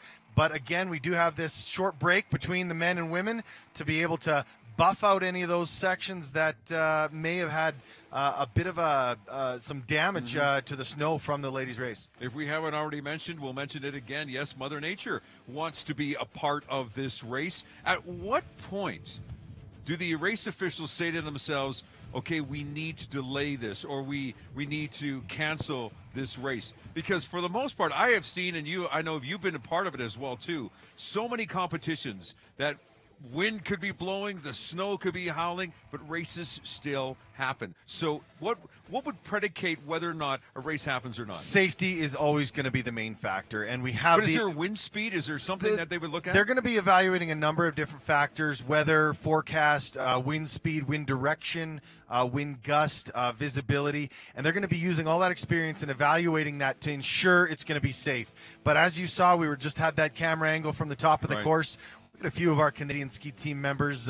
We saw Tyler Wary there, Morgan McGarry, Brody Seeger. They're our top dogs in this race, and I didn't think they looked timid at all with those conditions. Yep. They're hungry. They know they want to be racing, and I think if possible, if safety's not going to be jeopardized, we're going to be seeing them down the course in a few minutes, because we know they're hungry and they're excited about getting down, because there is a national Super G title on the line. You mentioned some of the racers a few moments ago, and let's be honest, some of these individuals have reputations, like the cowboy who's sitting beside me here.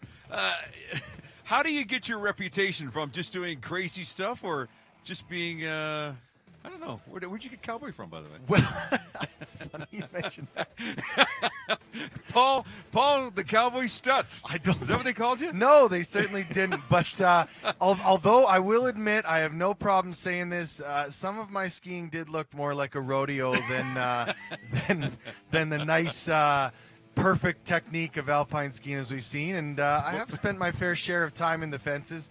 But you know what? Hey, I've been told many years, and I've had to tell a few coaches this myself, that it's not a judged sport. I don't care if I look a certain way going down there. It's all about the time. So it's all about the time, baby. we do have some of the tacticians up top, as I just mentioned, a few of our Canadian ski team members. I know we got the Alberta ski team, home hill for them.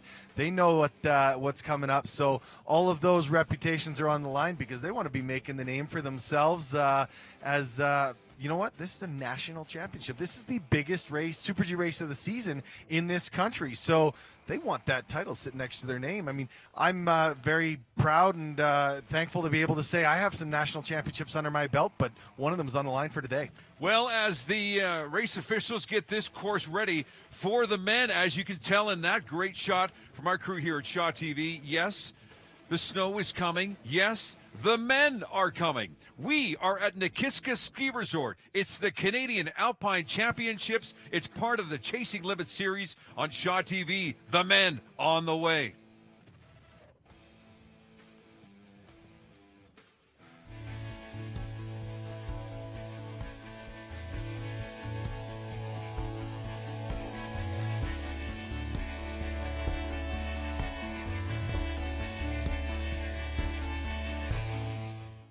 Wycom Solutions, a proud supporter of the Chasing Limits series and Alberta amateur sports. Visit wycom.ca for details on their full list of communication products and services.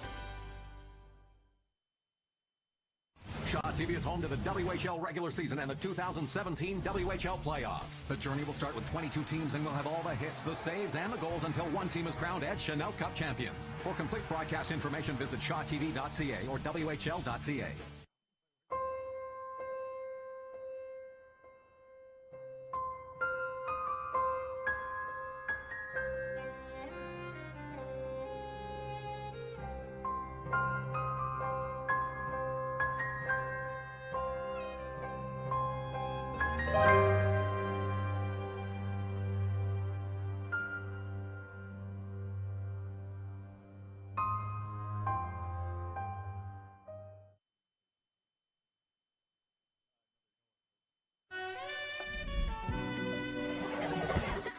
There's something you gotta see. Who did this? That's the car. We have to go back up tomorrow. And they're not gonna go up there without you. Help me. Don't trust me. You better come home to me.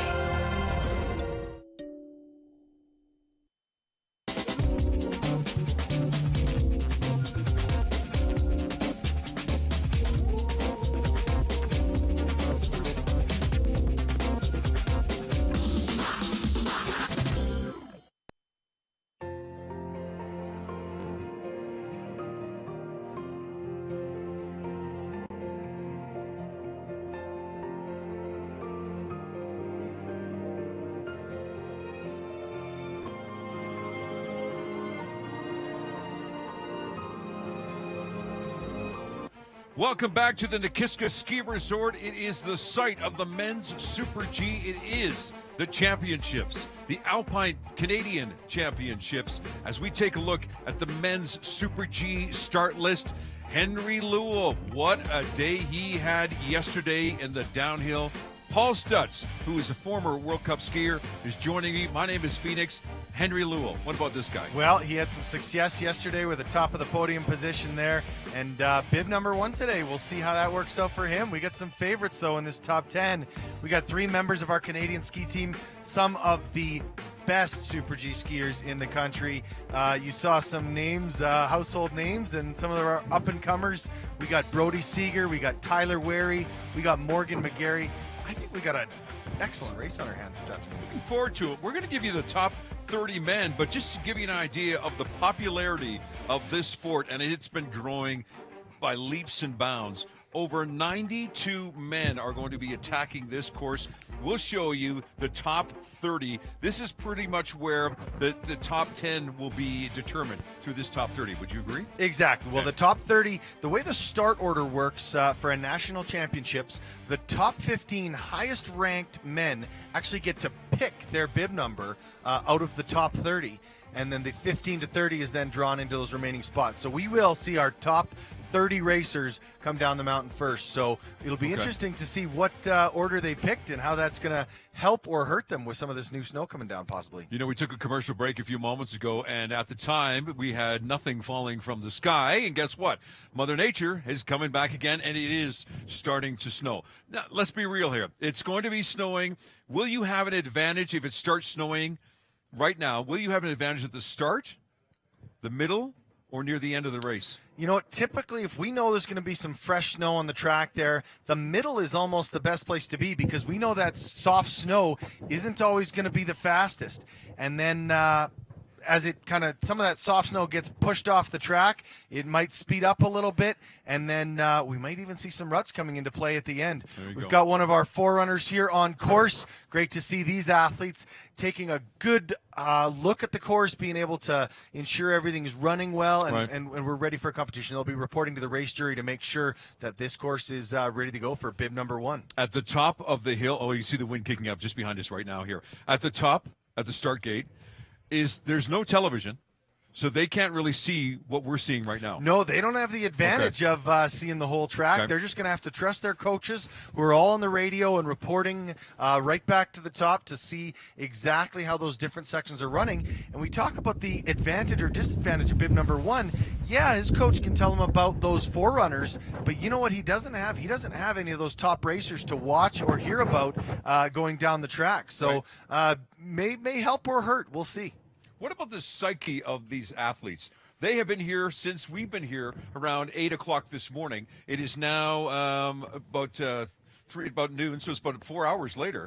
Yep. So they've been hanging out here as we watch another forerunner on the course. So where are the athletes' psyche, especially the men who've been waiting quite a long time? Well, they're going to all have a pre-race plan in their mind. They know they've had their course inspection, so they've been visualizing this course over and over in their mind, so they know exactly where they're going down this track. But as well, they've got the physical warm-up aspect too. But you're right. There's a lot of time to sit around and wait. The old expression of "hurry up and wait" is very relevant for them. So they have to stay cool, stay calm. What would you be doing right now? So if this is your race coming up, what are you doing for those 4 hours, man? I think obviously you're using a lot of that for your physical warm-up. You want to have a few warm-up runs. What did you do? Did you listen to music? Did you? Everyone has a different pre-race routine. A lot of guys use music. Sleep? Sleep. Some of them, I've seen one of the best racers in the world, Bodie Miller. I've seen him sleeping in the lodge before his run. Me. And you know what? I think I always just enjoyed being social, take my mind off it. You know, you want to have that time to refocus and get back onto your game face. But I kind of just liked chatting, almost just to take my mind out of the intensity of the situation and have that bit of a distraction here. So we know everyone has their own routine, and they'll all be trying to execute that. Where that gets difficult, though, is if we do have any delays or course holds, that time that you have planned for to be in your perfect physical and mental position ready for your bib number, maybe that time's going to change. You might have to sit around and wait. We know this is a launching pad for a spot on the World Cup team down the road. I'm sure a lot of these athletes are saying to themselves, that's where I want to be. I want to be the next Eric Gay or the Manny Osborne parody. Well, we know the Super G. If people have been watching results this year, we had 2 podium finishes in the Super G at World Championships. Brilliant. Canada, 2 out of the 3 top racers in the world at World Championships in St. Moritz, Switzerland this year. Eric A., Manny Osborne parody. We have 3 of their teammates here today who are chasing them. They are just nipping at their heels and going to be the next generation of our World Cup champions. So, filtering it down, we have provincial team members that are going to be watching them, and those club team members that are all kind of looking at that next step as they work their way up the ladder. But we know we've paved the way. Eric and Manny have done our country very proud. We're so thankful to have that talent and caliber to be chasing in this country. And I think today's Super G, unfortunately, they're not here to defend those national championship titles. but we have some of those younger athletes who are going to be the next Eric Gay or Manny Osborne parody. Speak on the level of coaching that is here in Canada as we wait for the men's downhill Super G in just a few moments. The amount of talent that you and I both understand and know in terms of coaching has grown so much. Previous skier Ken Reed is involved in everything. I mean, when you think about the history of where downhill or alpine skiing has come to today, the coaching is insane. It's important. I mean, and we have such a legacy. I mean, we've seen John Kuchera, one of our ex-world champions that has been able to bring his expertise and is now the head coach of the development program. Some of these athletes here. So we're very fortunate in this country to have the organization that we have, creating an opportunity to give back to the sport and kind of bring that top tier experience right into the level that we're seeing today. And, lending that experience, lending that longevity that, as you said, Ken Reed is here. He's the technical delegate of this race. And, we had a chance to chat with him a couple of days ago. He's showing off his new boots. Exactly. Definitely. He's got the new Fisher podium boots on, and he's very proud of them. I got a pair on my feet right now, and we're all very thankful that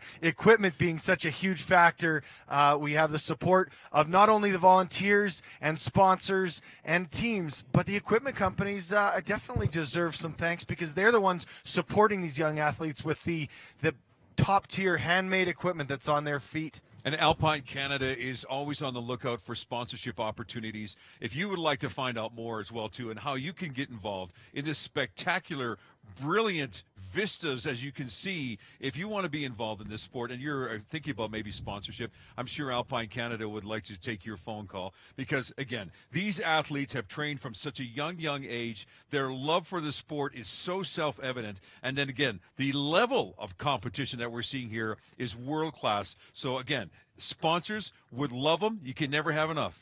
Well, as we saw with our world champion medalists this year, they started from somewhere, and it was the belief in them by their sponsors that got them to the top. And how proud are those companies to be standing on the top of the podium with their logo and that big smile and that gold medal around their neck. So speaking of equipment, we have Sport Check bringing us the national championships here today. And we have the men's Super G Championships just moments away. After a tremendous ladies race, we had two Swedes on the top of the podium, but hometown hero Georgia Burgess on the podium as our national championship medalist. At the top of the hill, it's going to get a little crowded. 92 men are competing for the national championships for Alpine Super G here at this incredible resort of Nakiska Ski Resort, not far from Calgary, about a 45-hour drive outside of the city, and spectacular conditions, nestled beautifully amongst the pines. This is a spectacular course. And these shots that we're showing you, courtesy of our crew here at Shaw TV, we hope you're enjoying it. Come to think of it, Super G's got a bit of a legacy here at Nakiska. I think this, actually I know for a fact that this is the first hill that the Super G event was hosted in the Olympics, 1988. Karen Percy comes to mind. I think she certainly does. We have our hometown medalist, Karen Percy, who got onto the podium for the very first Olympic Super G in 1988. And I know for a fact, bib number 30 today, Ben Legree. I think there's some Percy heritage. I think there's some connection there. So we'll be watching him as he rounds out the top 30. But you know what? Some definite history with Super G becoming that tremendous event, kind of slotting in between the giant slalom and the downhill. And as we know, taking that success all the way to the World Championships this season with 2 podium positions. I'm joined by Paul Stutz, a former World Cup skier. My name is Phoenix. Thank you again for joining our Shaw TV crew, our Chasing Limits crew here on Shaw TV. One thing that we should talk about, as you mentioned, the 1988 Winter Olympics. So if you don't already know, it's actually been talked about that, yes, it might be a possibility that the Olympics might be coming back here in 2026. But yes, it looks like we are off and running. That's the men's Super G here at Nakiska, the site of the 1988 Olympics, and who knows, maybe even the 2026 Olympics. And we are on course with this gentleman. This is Henry Lewell. Henry Lewell, the winner from the downhill yesterday. Not, I don't want to say he was a surprise, but I think he was definitely proud to be on top of the podium there. This Ontario ski team member, great skier, great speed skier, obviously, from out east, hails from Georgian Peaks. You know, he's coming off a podium position yesterday. He's going to be wanting to take it, all that confidence into the Super G today. You know what? We saw Burgess with a repeat onto the podium, but is Lewell going to be able to do it? We're waiting to see. Obviously, quick in the top, 21.63 was his interval time, and 1:10.98 into first position, obviously. There it is, the 1:10.98. Looks like he was a little faster than the women. Wanting to set the bar.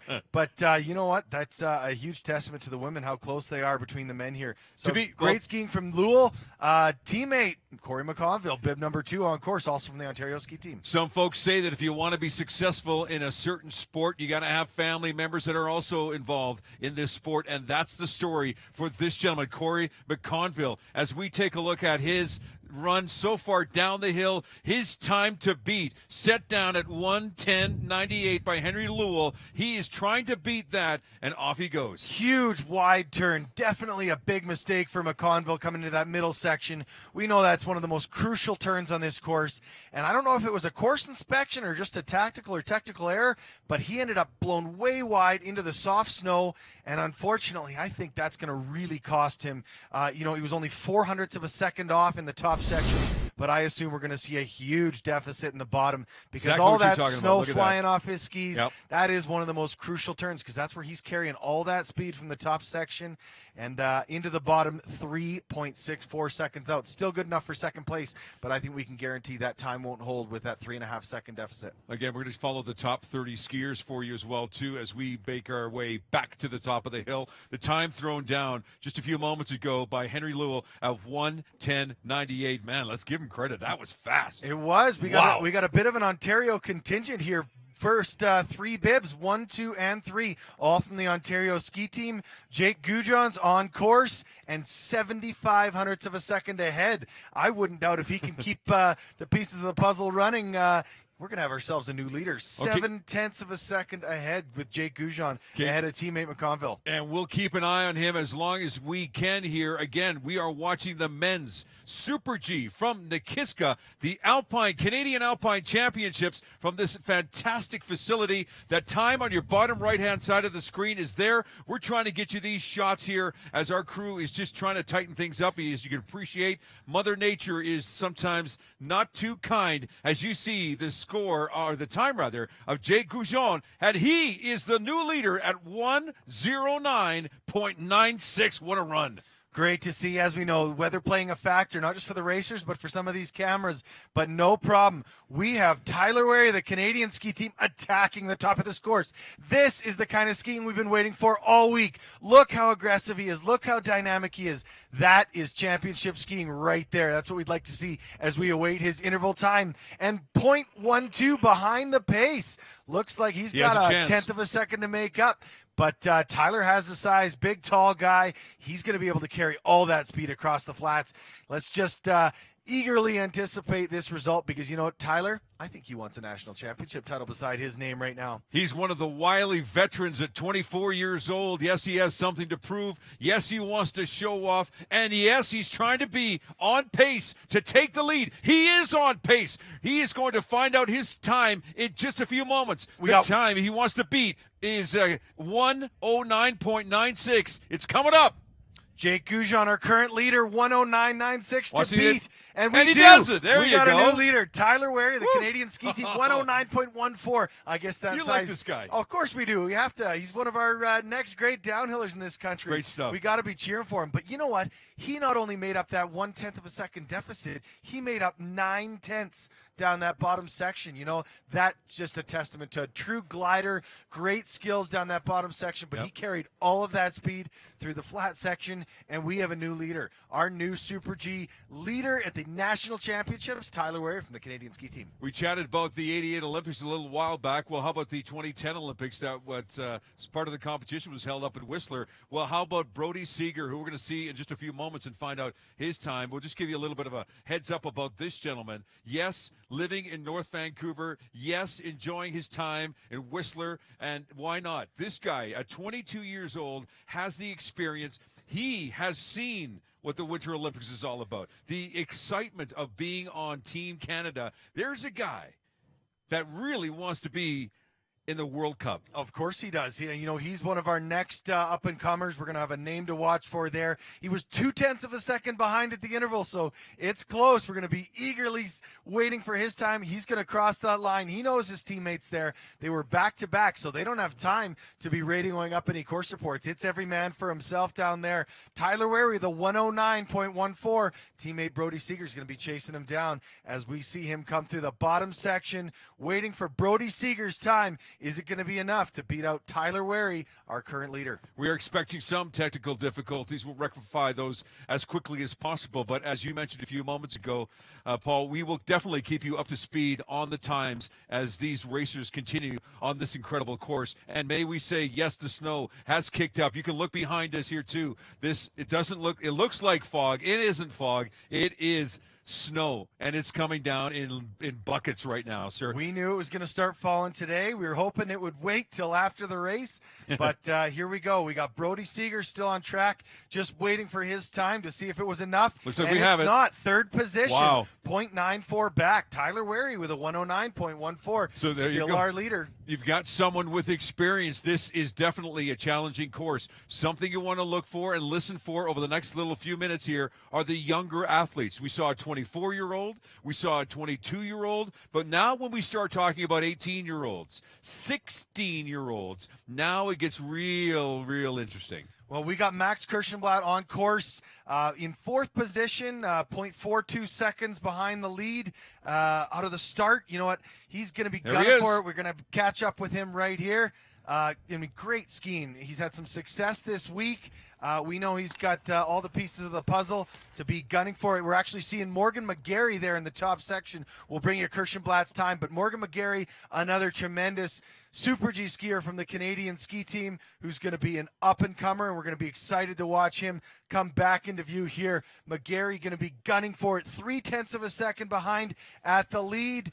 Not quite. Tyler Wary still has it, but guaranteed Morgan McGarry is going to be using all of that experience and that skill in the bottom section to try and beat out his teammate, Tyler Wary, our current leader in the Super G. This gentleman currently in 7th position. His objective, trying to move up in the rankings. He's got it tough, though. The time that was thrown down, as you mentioned, Paul, 109.14. And the time for Morgan McGarry, here it comes. His time of 110.14 moves him up to 4th. Won't quite get him into the top 3. Not a podium position for McGarry. He'll be disappointed with that. I know he's got a lot more in the tank. We'll see a lot more from him to come.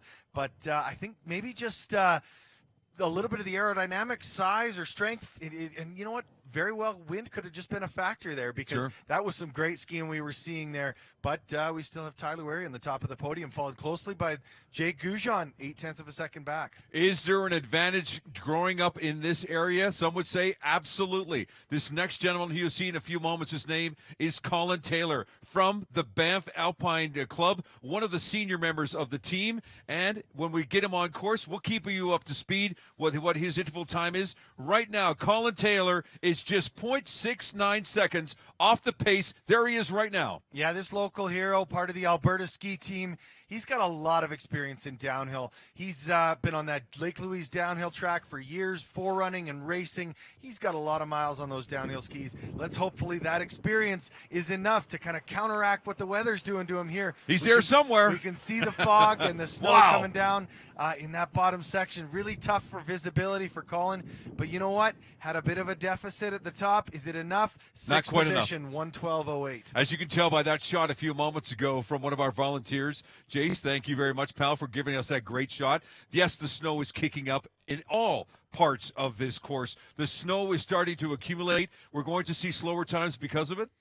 Definitely. It's always going to be a factor. A little bit of soft snow on the track does create that. You can see a little bit on his heels there for Keegan off that first jump. Probably not the position he wanted to be in, but a nice, dynamic, aggressive skiing in this middle section. We'll catch up with his interval time, 0.53 back of our leader, Tyler Wary. When you're Great skiing, but there, his as you were saying, his father's a coach. He's got the experience. He's got it in the family. One of the things he probably gets every time he sits at home at the dinner table enjoying his meat and potatoes, no doubt Dad is saying, son, by the way, a little bit more lean, a little bit more tuck, would you, pal? Definitely a family affair for the Sharps. I know Mark Sharp, a longtime coach, many years with the Canadian Alpine ski team. But we got Keegan's younger brother. We got Jed starting later on today, so we'll be watching close to see if the Sharp clan can do, maybe even they could do what the Gunnerstedt sisters did no today. kidding. Here he goes with his final time. He's timed to beat 109.14. Doesn't quite do it. Sixth spot at 111.34. We are noticing slower times now. We're starting to see it no come doubt down. the snow But effect. sixth position, still a great result for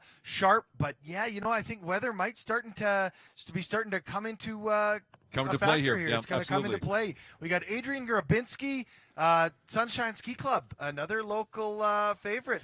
One of the not one of the older guys in the race, Sure. so he doesn't have the experience of someone like a Tyler Wary.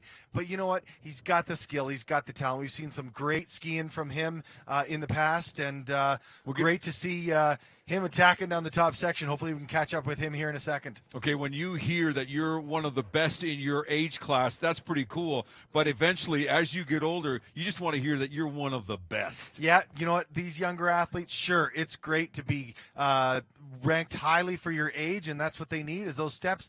But we're seeing some of our senior athletes, age doesn't matter anymore. When it comes down to a World Cup race or a World Championship race, age is no longer a factor. It's just the best in the world that are going to be on the top of the podium. Okay, we're also following live timing as well, too, just to get some interval times for you, and we're also trying to figure out who's up next. What we're discovering right now is that they may be held up right now, possibly because of what we saw on camera just a few moments ago with the conditions. They are really whipping it up big time here, which might be a bit of a safety factor for these athletes. Definitely. If safety does become an issue with racers, we got Bib 11. This is Asher Jordan. We didn't catch up with Grabinski. Don't have an interval time. I'm thinking he went out in that top section. Unfortunately, we didn't get to see it. But we got Asher Jordan, first year in the BC ski team, charging down the top section. If there's anything that a coach will say to you when I have an athlete, I want one who is coachable. This guy, Asher Jordan, is the guy. First year on the BC ski team. He wants to make an impression not only to his coaches, but to his teammates and to his competitors. Asher Jordan, 0.33 off the pace. Well, he's definitely making an impression in that top section. That was great skiing. Only 0.3 of a second off the pace. Is he going to have the aerodynamics and the strength to keep that line, keep as precise as he possibly can down this middle section? Because we know this is where the race is won or lost. Is it going to be enough to beat out Tyler Wary with a 109.14? Not quite. Sixth position with a 111.14. How are they seeing that bottom section? We barely can see it from our vantage point. How are these athletes doing it? Well, now picture red, blue, yes, red, blue is going to be helpful. We have that blue paint there just to give them a bit of a reference point, but we know it's difficult for sure. And traveling of speeds over 100 kilometers an hour, it's coming at you quickly. So we got Asher Jordan through the finish. Not quite enough, but we're back to the start. Hopefully we got Bib 12, Griffin Kopp, another member of the Ontario ski team, will be up next. He might be being held in the start, I was though, about to say that. We don't have him on course. There's a chance the race officials are taking a good look at the wind and taking a good look at the weather. Yep. We know behind us too. Look it's at that. becoming a factor. Yep. And looks to me, it looks like it's blowing up the hill, which is not what we want to see. That's going to be creating that difficult situation where you get that headwind and aerodynamics are going to be coming into play. So he's standing there ready to go. You know he's ready.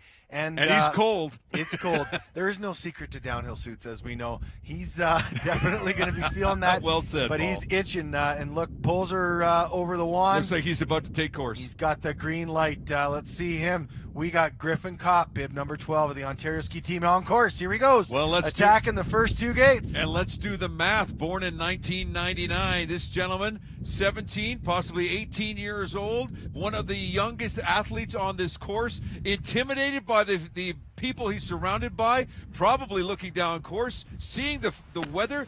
This gentleman has a lot on his shoulders, and you want to talk about mental strength. Griffin Kopp does he have it? Doesn't look intimidated to me. Got a little hung up there with his pole, but that was some pretty dynamic skiing in the top section there. Hopefully he can take that great skiing into that interval time. He was 1.02 out at the interval, so we're going to hang on. He's got a second deficit to make up off of our leader, but is he going to have the strength and skill to get through this middle section, as we know, with a bit of a headwind now? That's our broadcast location, too, and can we tell you, yes, we've getting pelted by the snow. He goes over a blind hill. How is he doing it? This is what he sees. He's going to be just trusting that he knows this track, he knows this course after that inspection, and he's just going to have some faith. You saw a bit of a difficulty with the gate there, but didn't hold him back at all. Across the line, Griffin Kopp, 9th position, 113.57. So just off the pace as we go right back to the top. First-year BC team member, 18-year-old Kyle Alexander. He is one of the best downhillers in North America for his age, but let's see what he can do in the Super G. Kyle Alexander. Imagine him telling his friends, you're not going to believe where I was on Friday. You're not going to believe the conditions I faced on Friday. This was insane. I could barely see in front of me, let alone look for the blue and the red gates, but he's doing it so far. Kyle Alexander off the pace by 0.60 seconds. You know what? Good interval time there. It's what we want to see. It's not likely going to be enough for that top spot, but you know what? Skiing great in this middle section.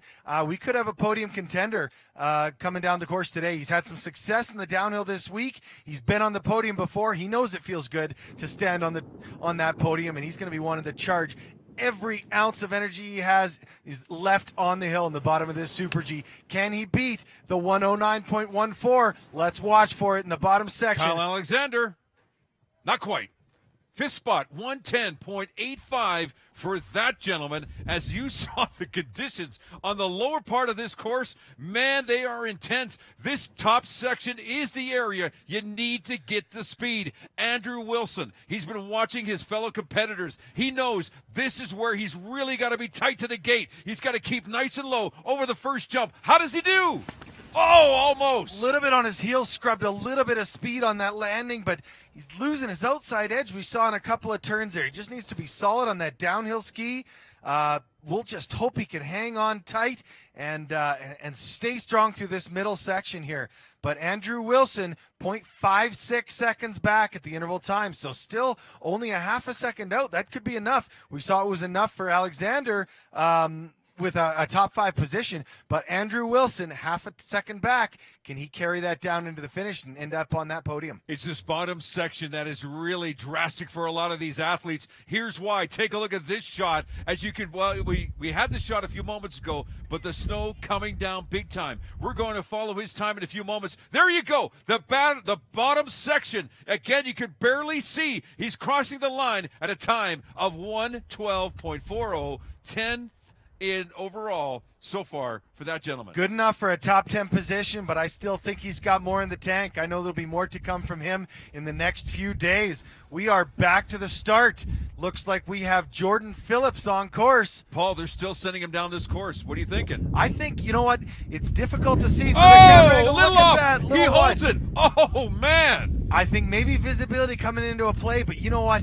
If we were seeing some timid skiers out there, we would be evaluating the weather a little bit more, but they don't look scared to me. They look like they're just fine. They're comfortable, and they are charging. Jordan Phillips, 1.3 seconds back at the interval time, so that mistake definitely cost him. But can he make up any of that deficit in the bottom course? We'll see. But it's not done for this gentleman. He still has the bottom section to contend with. You thought the top section was difficult. Wait till you see him come around this corner over the lip, and wait till you see what he's looking at. Boy, you want to talk about intimidation? Where is he? We're trying to find him. He's trying to find the course as well, too. The time is still on your screen. 1:09.14 is the time to beat. Will he do it as he comes across the bottom section? His time, 1:12.73. Man, that is intimidating. 11th, I don't care who you are. It is 11th place. Maybe that visibility was a factor in that bottom. Let's just hope the wind is staying consistent. Glad we got our side slippers out frequently. We know they're taking the best care of this hill we can, but look at this. No lack of confidence from these young racers. We got Watson charging down here. Absolutely great skiing. Looks like he's in a bit of a higher tuck position there. We want to make sure he's nice and Little low and upright, aerodynamic, a little bit upright. But you know what?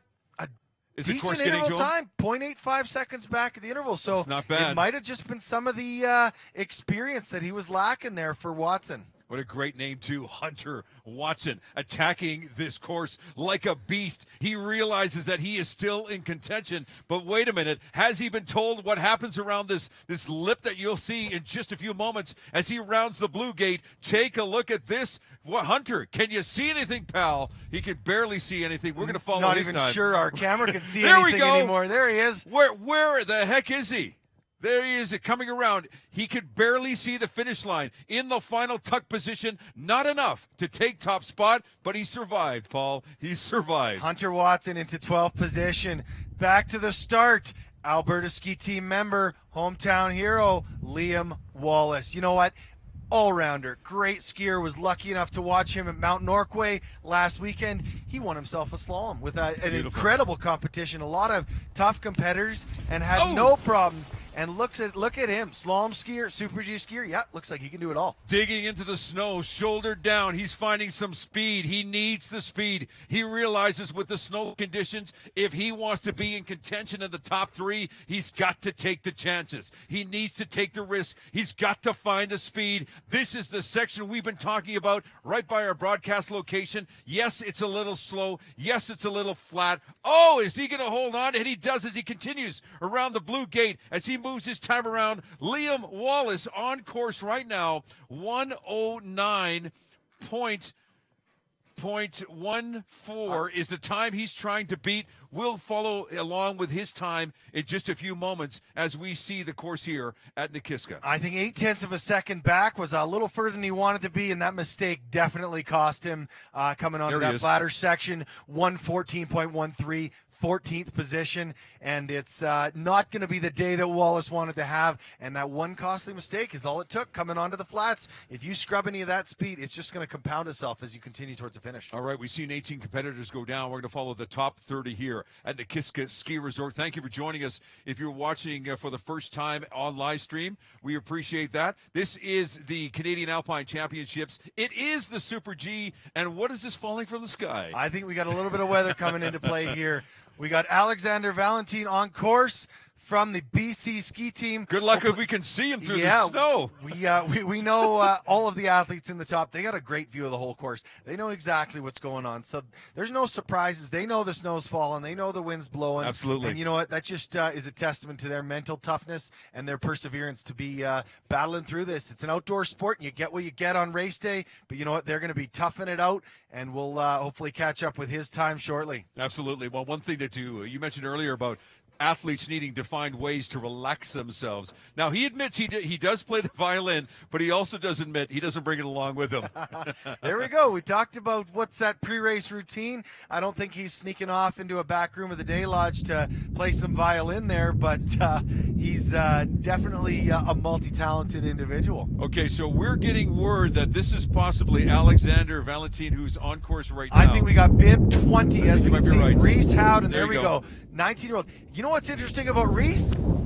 As we all know, ski racing has evolved. There's a new game in town, and it's skier cross. And this is one of our skier cross racers. But he sees all the benefits of the Alpine side, and he is a strong downhill skier, and he's gaining that experience where he can. And one of our top competitors on this downhill track today. So lots of fun to watch. Reese Howden, 1.23 seconds back at the interval, but staying in that low aerodynamic position, trying to carry all that speed onto the flat section here. Reese Howden is coming through this section as well, too, as he passes by a number of volunteers. You can see in the foreground there, and there's one of our cameras, too, with a great shot of that gentleman. And here we go with one of our volunteers catching him somehow in there. Reese Howden fighting the snow, fighting the conditions, trying to get the top score here, or top time, as he sees the finish line. His time, not enough. 112.61. That puts him in the 11th spot, and that is our 20th racer. Hey, that's good enough for an 11th place position. I think that's excellent to see. But most notably, we got our 20 best skiers down the mountain, and we still have Tyler Wary on the top of the podium. Great skiing, 109.14. He set the bar for this week in Super G. I think that was phenomenal skiing. But you know what? Yep. Jake Goujon and Brody Seeger. Still to come. No, they were the ones nipping that's out right. his heels, and them on the podium now. But we do still have 10 racers in the top 30 ready to come. You bet. We are the Calgary Canadian Alpine Championships. My lips are getting a little cold. Canadian Alpine Championships, Nakiska Ski Resort, Super G for the men, part of the Chasing Limits series here on Shaw TV, along with Paul Stutz. My name is Phoenix. Those men coming up. Hang on.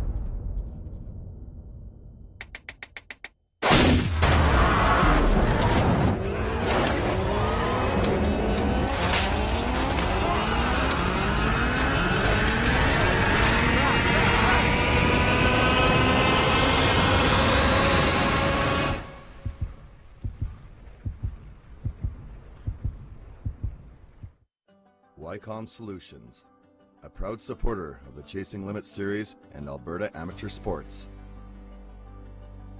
Visit wycom.ca for details on their full list of communication products and services. Shaw TV is home to the WHL regular season and the 2017 WHL playoffs. The journey will start with 22 teams and we'll have all the hits, the saves, and the goals until one team is crowned Ed Chanel Cup champions. For complete broadcast information, visit shawtv.ca or whl.ca. Well, I can't be his guardian. Well, your brother provided for your nephew's upkeep. I think the idea was that you would relocate. Relocate to where? Well, if you look, it was my impression that you'd spent a lot of time here. I swear. I'm just a backup. Lee, nobody can appreciate what you've been through. And if you really feel you can't take this on, that's your right.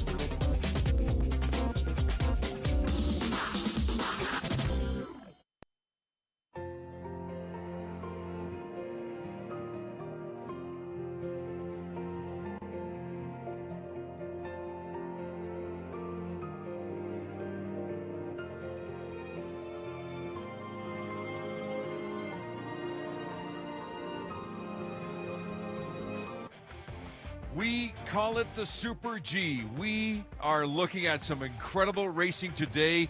Welcome back to Nakiska Ski Resort as we take a look at the first top 20 men and their scores. Tyler Wary, fourth one down, but top so far. 109.14, time to beat today. We've got 20 athletes down the mountain for our national championship Super G.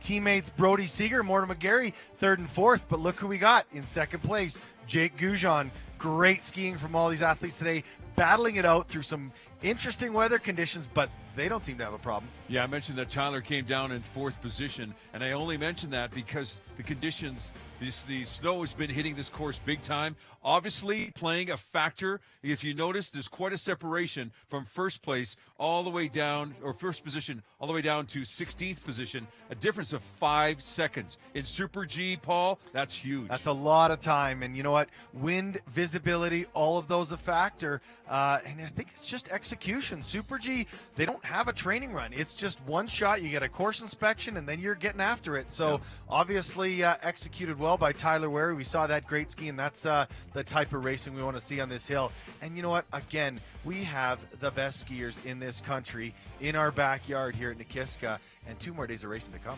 Will we see in the bottom 10, Paul, that they will be affected by the ruts that have been carved out? I think with all the course workers that we've had on this hill, there are so many side slippers. Everyone taking such good care of this track. I think it's going to be buff all the way through to the end. Are we sending down 4 runners now that there's been about a 2-3 minute break? Likely not. We've only got a few minute break. They will do that in situations where we do have longer holds. They'll send another 4 runner down.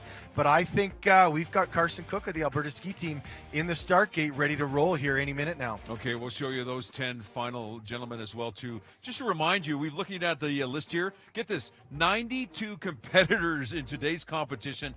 Wow. Most of them, after we hit probably 30, most of them, they won't be in contention, but they're just here for experience. Maybe not in contention for the lead, but they're going to be improving their world rankings. They're going to be looking for those fist points. Yep. They're going to be wanting to crack into that top 30, but as you said, gaining experience. That's the name of the game here. This is downhill racing for a lot of these young athletes. They're 16 years old. They're in their first year FIS. This may be their first kick at the can at some of the speed events. And you know what? They're getting that experience, and they're being able to watch some of the best in the country to compare themselves to. One of the things for these young athletes as well, too, yes, they are intimidated probably by being in a competition at this level, at this magnitude.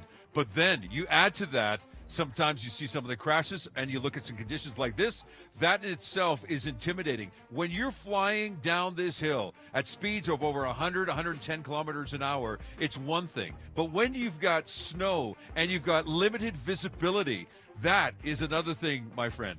Unbelievable, the changes in weather today. We went from the start of the ladies' race this morning, bright blue sky. We were tanning. It looked like a tailwind, and now we got the wind blowing up the hill with new snow coming in. You know what? Great shot. Special thanks to Sport Check, proud sponsor of the Canadian Championships and proud partner of the Canadian Alpine ski team, bringing you the Super G National Championships today. We've got 20 racers down the mountain, and we've got 72 to come. Our conversations being had right now, Paul, from the race officials. We saw a great shot here from our crew of the one of the gates, but are they having a conversation up top and saying, should we hold off? Should we just get this thing going? What do you think? There's going to be an ongoing conversation. As we've mentioned many times today and throughout the week, safety always going to be paramount, but looks like we are back in business. We've got Carson Cook on course. Okay, you'll see him in just a few moments, but let's give you a little bit of a tidbit of this gentleman. And if this is any indication of what kind of athlete that we're looking at here right now, they call him, his teammates call him Eddie the Eagle. Maybe because he's not the greatest jumper, but he takes risks. That is Carson Cook on course right now. Somewhere amongst that snow, we're going to follow him all the way down to the finish line. Again, trying to get as best a shot as we can. Now you get an idea of the conditions. 109.12 is the time he's trying to beat. Not quite. There it is, into 11th spot. Carson Cook from the Alberta ski team. You know what? Eddie the Eagle, and I just heard this rumor. I can't verify this, but I heard he was around these parts and hopefully drawing some press for the Calgary crowd as we continue with our bid towards the next Olympics. Lucky me, I was actually given a call and said, hey, do you want to interview this guy? I said, hey, you know what? I might just take you up on it. Might take you up on this gentleman too, Felix Blanchard. You may want to write down this guy's name. This gentleman is hoping that the Super G this year is a podium for him. He is psyched. If there's any guy who is in the zone, is this gentleman who's on course right now. We got to catch up with his coach yesterday. Thankfully, James Kuchera, local Albertan, ski racing name. His brother, world champion John Kuchera, ski racing family right there. He's going to be lending that Nakiska experience to the Quebec ski team as he is the coach over there. And you know what? Felix Blanchard, solid, but 1.8 seconds back, so doesn't have the speed. He's got the technique, but just wasn't carrying the heat that he needed into this bottom section. We're looking at his bottom time coming up as he goes down that snowy bottom pitch and across the line. 109.14 is the time that's to beat, and of course, not quite near where he wants to be, 112 in 12th position. One of the things that we're realizing as we're watching the athletes, and as you take a look at them as well, too, it's the upper section. That seems to be a key here. Not many of these athletes right now are finding the speed in the mid to lower sections. I think they really need to be pushing out of that gate with confidence, even though it's difficult with the visibility and being able to watch your competitors struggle through that,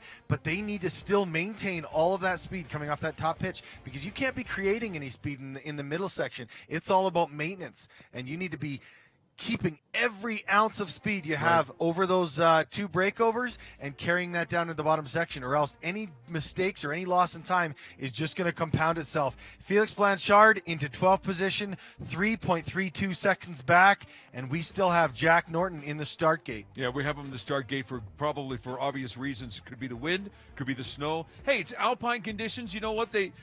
You're racing anything, don't you?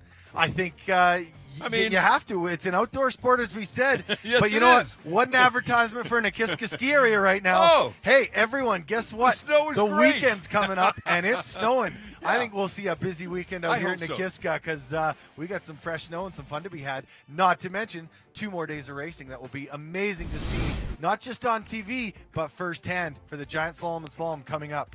You're looking at Felix Blanchard, who we saw a few moments ago, earlier today, and boy, I'll tell you, when we look at some of the earlier conditions, I want to again just to remind you that it's one thing that it's snowing, but at the speeds that these gentlemen are actually attacking this course, you have to understand their visibility is so limited that the fact that they're actually taking the chance to come down these courses, it's fascinating. Again, at the upper part of the section, there's a lot more wind. There's a lot more blowing here. You can see from right to left on your screen the intensity of this snow. It's fun to see. It's fun to be sitting here and enjoying it as we are at our broadcast location, which is about mid-mountain, but up top. It's going to be blowing a little more, you know that for sure. Where's your head at this point? When you saw conditions like this as a World Cup skier, what were you thinking sometimes? Like, are you kidding? Are we going to do this? And of course, all of those emotions go through your head, because you never know what's going to happen. You never know which way that weather's going to turn. But I think the name of the game, and we've seen that from the racers today with how confident they're skiing, you always think positive. You always say, no matter what, I'm going to push out of that gate, and weather is not a factor. Right. Nothing else matters when you're pushing out of that gate except executing and doing your job. You know the course, you know the conditions, you know what you're going to get, and here we go. Perfect example, strong through the air. Jack Norton from Ontario, this 19-year-old, is attacking the top section, and he knows that the weather's there. He knows the snow's falling. But with skiing like that, he doesn't care. He just knows there's a podium down at the bottom, and he wants to go stand on it. Well, Jack's got to find some time. He is 0.95 seconds off the course. Oh, and a little slip there from Jack, but he maintains it. May have hit a rut, but he's maintaining his composure. Boy, that's got to scare anyone, especially when you're going at those speeds. Definitely. At speed, any of those little mistakes can throw you on your heels. And as we've seen, a couple of the men and a few of the ladies couldn't make it down today. A few crashes, but it's just those small mistakes. And on a course like this, it's not just the small mistakes that kind of throw you off your game. They just compound themselves time-wise, because any mistakes in the top section, that's less speed you're going to be carrying onto that middle flat section. Jack Norton, you saw it a few moments ago, just coming across. Now he's in 17th position at a time of 1:13.75, well off the pace of 1:09.14, set by Tyler Weary, who was fourth down this course. But here's another look at his run. We get Norton confident in the air, but still needed to get a little bit lower, I think, into the duck. You just got to be milking every bit of speed you can out there. Back to the start, bib number 24, another Alberta ski team member, local hero, team captain of the Alberta ski team, Mikey Sotart. These guys, especially as a team captain, they want to set an example. They want to prove that they've got what it takes. That means taking the extra risks if you need to. Keeping tight to the gate is this gentleman doing great down on as we follow him through this course somewhere amongst the snow. Boom! There he is. As we see him coming around this one corner, we've talked about this lip. This is a dangerous place to be right here because you can barely see what's going on. And we'll follow his time for you as well, too.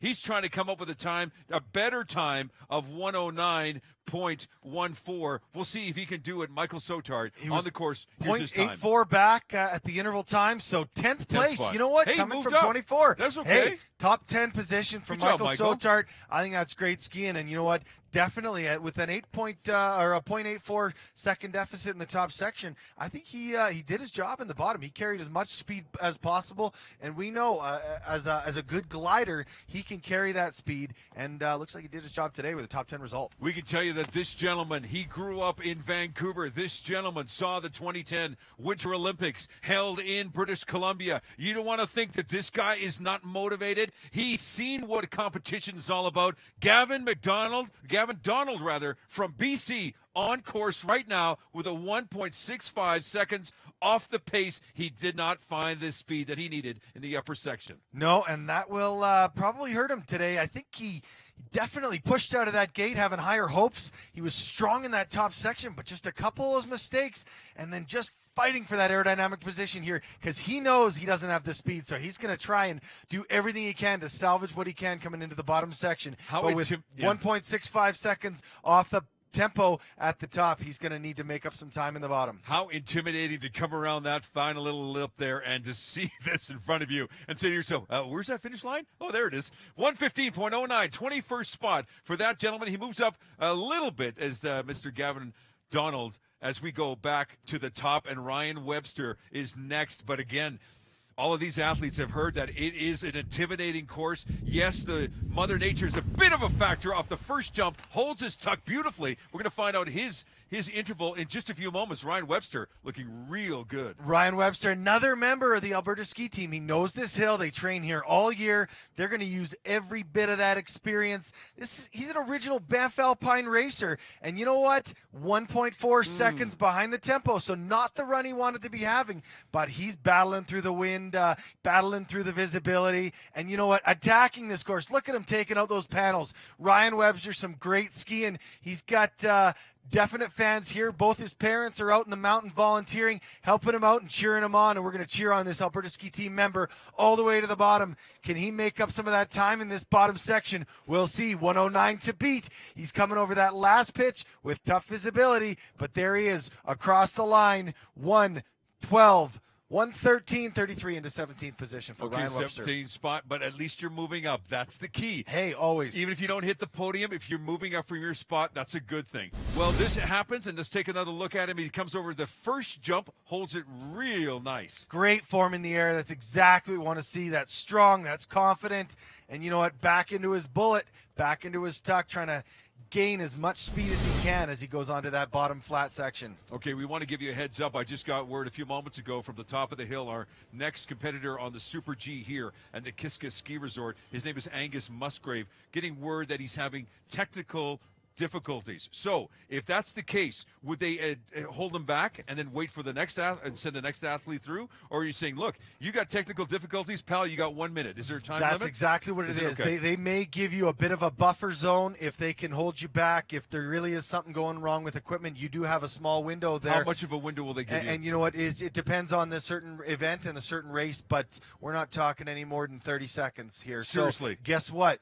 This is your time to go. You're on the clock. You best be pushing out of that gate. Time is of the essence. You know what? If you're not ready, guess what? They don't care. It's your time to go. Wow. We're going to give you a little bit of room if something goes drastically wrong equipment-wise or things like that. But you know what? That's what we've said. These athletes have to be ready. They know the course. They know that their physical and mental preparations have been done. And when your number comes up, guess what? Whether you're ready or not, here you go. Well, the pressure is not on Angus right now. It's on their technical guy. Every one of these racers has somebody who is technically oriented so that they can help out these racers. They're not just fiddling around with their boots thinking, ah! Exactly. They're They all have going to somebody have there to help them. that Okay. support system in the start. They're going to have a coach up there with them or a serviceman helping them with equipment. They're going to be doing absolutely everything they can to get them moving quickly. And you know what? Sometimes it's just as simple as having that friendly face there to tell you know what, you got this, reaffirm them, give them that extra little bit of confidence,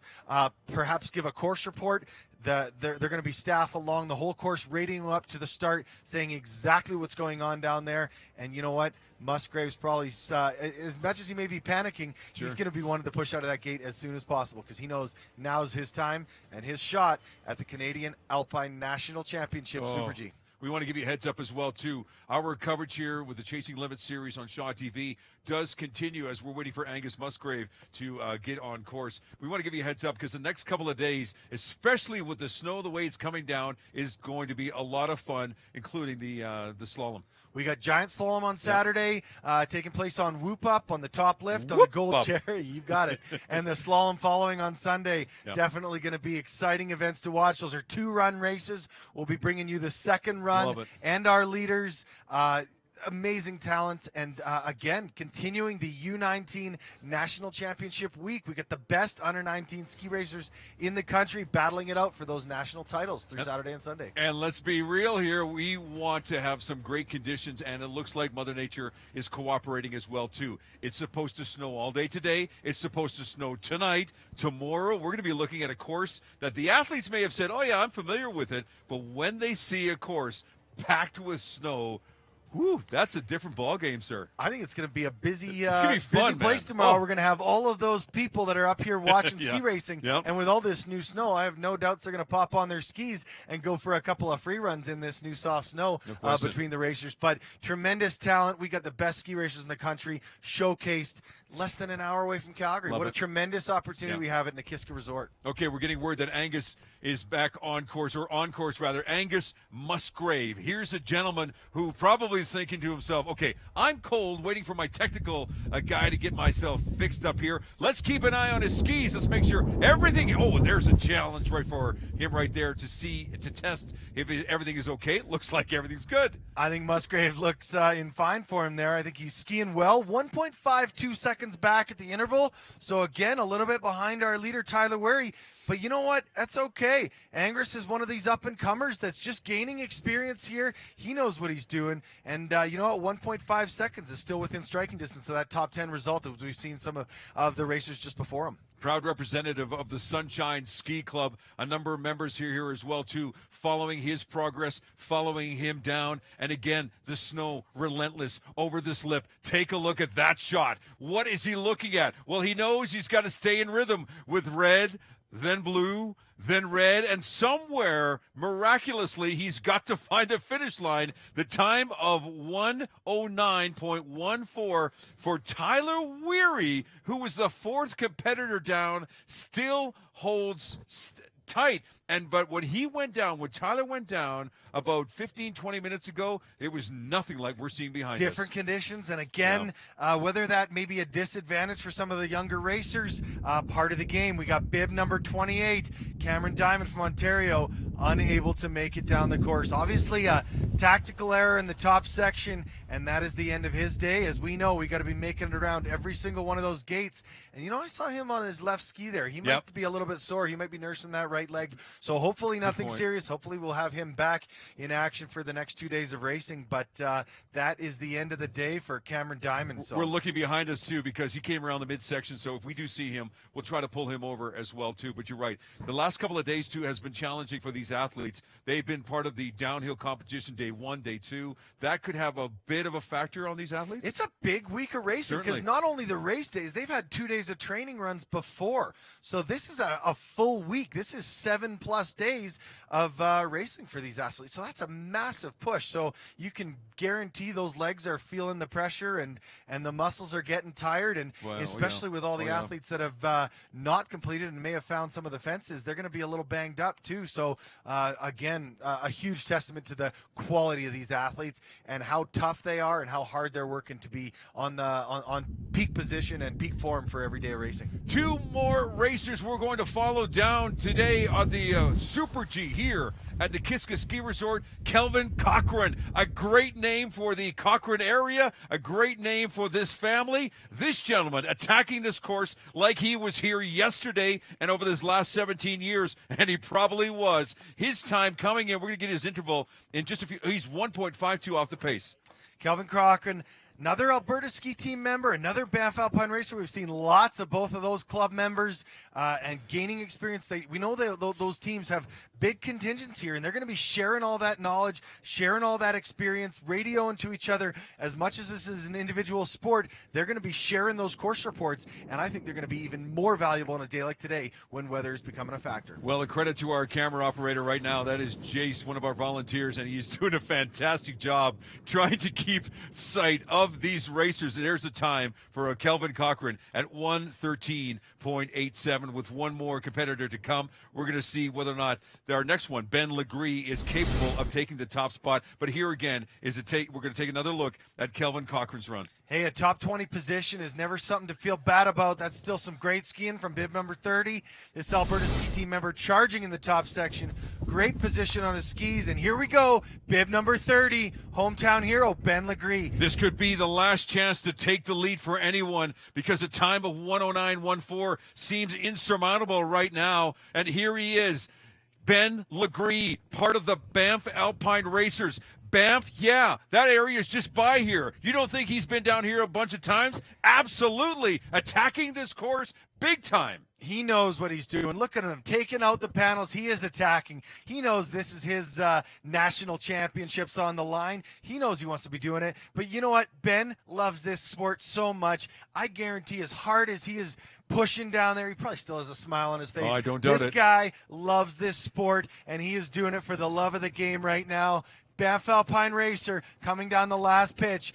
Ben Legree making mom and dad proud. 16th position. That's a good result. 112.92. We want to give you a heads up, too. There are 92 total male athletes that are attacking this course as the day progresses here. And what a great, great competition. Again, we followed the top 30. We hope you enjoy those top 30. There were some great, great times. But again, let's be honest here. We talked about Mother Nature having an effect on this course. And without question, she definitely has. Huge congratulations, though. The people that persevered, there we That's have it. Tyler Wary on top of the podium, our Canadian Super G champion 2017. Jake Goujon, Brody Seeger following him close behind. But you know what? We have Tyler Wary on the top of the podium today. All smiles from him, I have no doubts. 2 days of downhill, 1 day of the Super G. It is so much fun to be a part of this. And, yeah, we had to protect ourselves a little bit, too, because of those elements here as we watch some of the remainder of the skiers come down this course. You know what? You've got to get it out of your system. Eventually, you know you're going to be racing in conditions like this. Every athlete is always ready for situations like this. And you know what? That's what makes you strong. As we take a look, as you mentioned, Paul, what a great run. He was the fourth one down. Tyler Wary with a top time of 109.14. Congratulations, Tyler. I know he was watching the women closely today.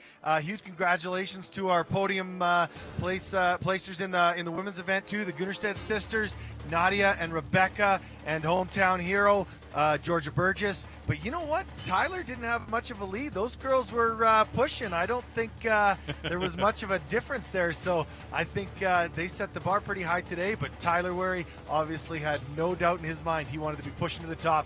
There we have 11th position to 20th and our top 30. Look at that result there. You know what? Angus Musgrave just squeaking into the top 15. Corey McConville and Gavin Donald rounding out our top 25. We got 25 racers down the mountain. Great racing today. You know what? Huge congratulations to our leaders, but just tremendous talent from the entire field. If you can increase your position Fantastic. Okay, sure, you may not have made it to the podium, but there's a lot of personal stories that these individuals are going to take home and saying, this has been a lot of fun to be a part of this. And yes, they are getting the competition out of their system if this is their first time. And you know what? Now that they've done it, now they can build from that. Are conditions going to be like this? Not all the time. They might be a little icier. They might be worse than what we have, maybe a bit windier. But for the most part, as we watch these athletes through these courses, we realize it takes a lot of guts to do what they do here, Paul. It certainly does, but you know what, just again, a testament to the quality of ski racers we have in this country. That was the Canadian National Championship Super G. These are some of the best skiers our country has to offer, and what a tremendous opportunity to be showcasing them on our home hill of Nakiska Ski Resort today. We want to thank all the great sponsors, and we want to thank all of our great volunteers. And as we look at some of the fantastic action here today, it has been a lot of fun bringing you this competition here today. We want to take a quick moment to thank all of our volunteers and a great staff here at Shaw TV to be a part of this. Thank you very much, guys. All right, another successful Super G is in the books, with more from the Nakiska Ski Resort tomorrow and Sunday, including the giant slalom and the slalom, which you will see live on Shaw TV. On behalf of my co-host Paul Stutz, my name is Phoenix. We hope you enjoyed today's coverage of the Canadian National Alpine Championships from Alberta. This is Chasing Limits, a glimpse into Western Canada's action sports and a look into the athletes and personalities that continue to chase their limits. Till next time.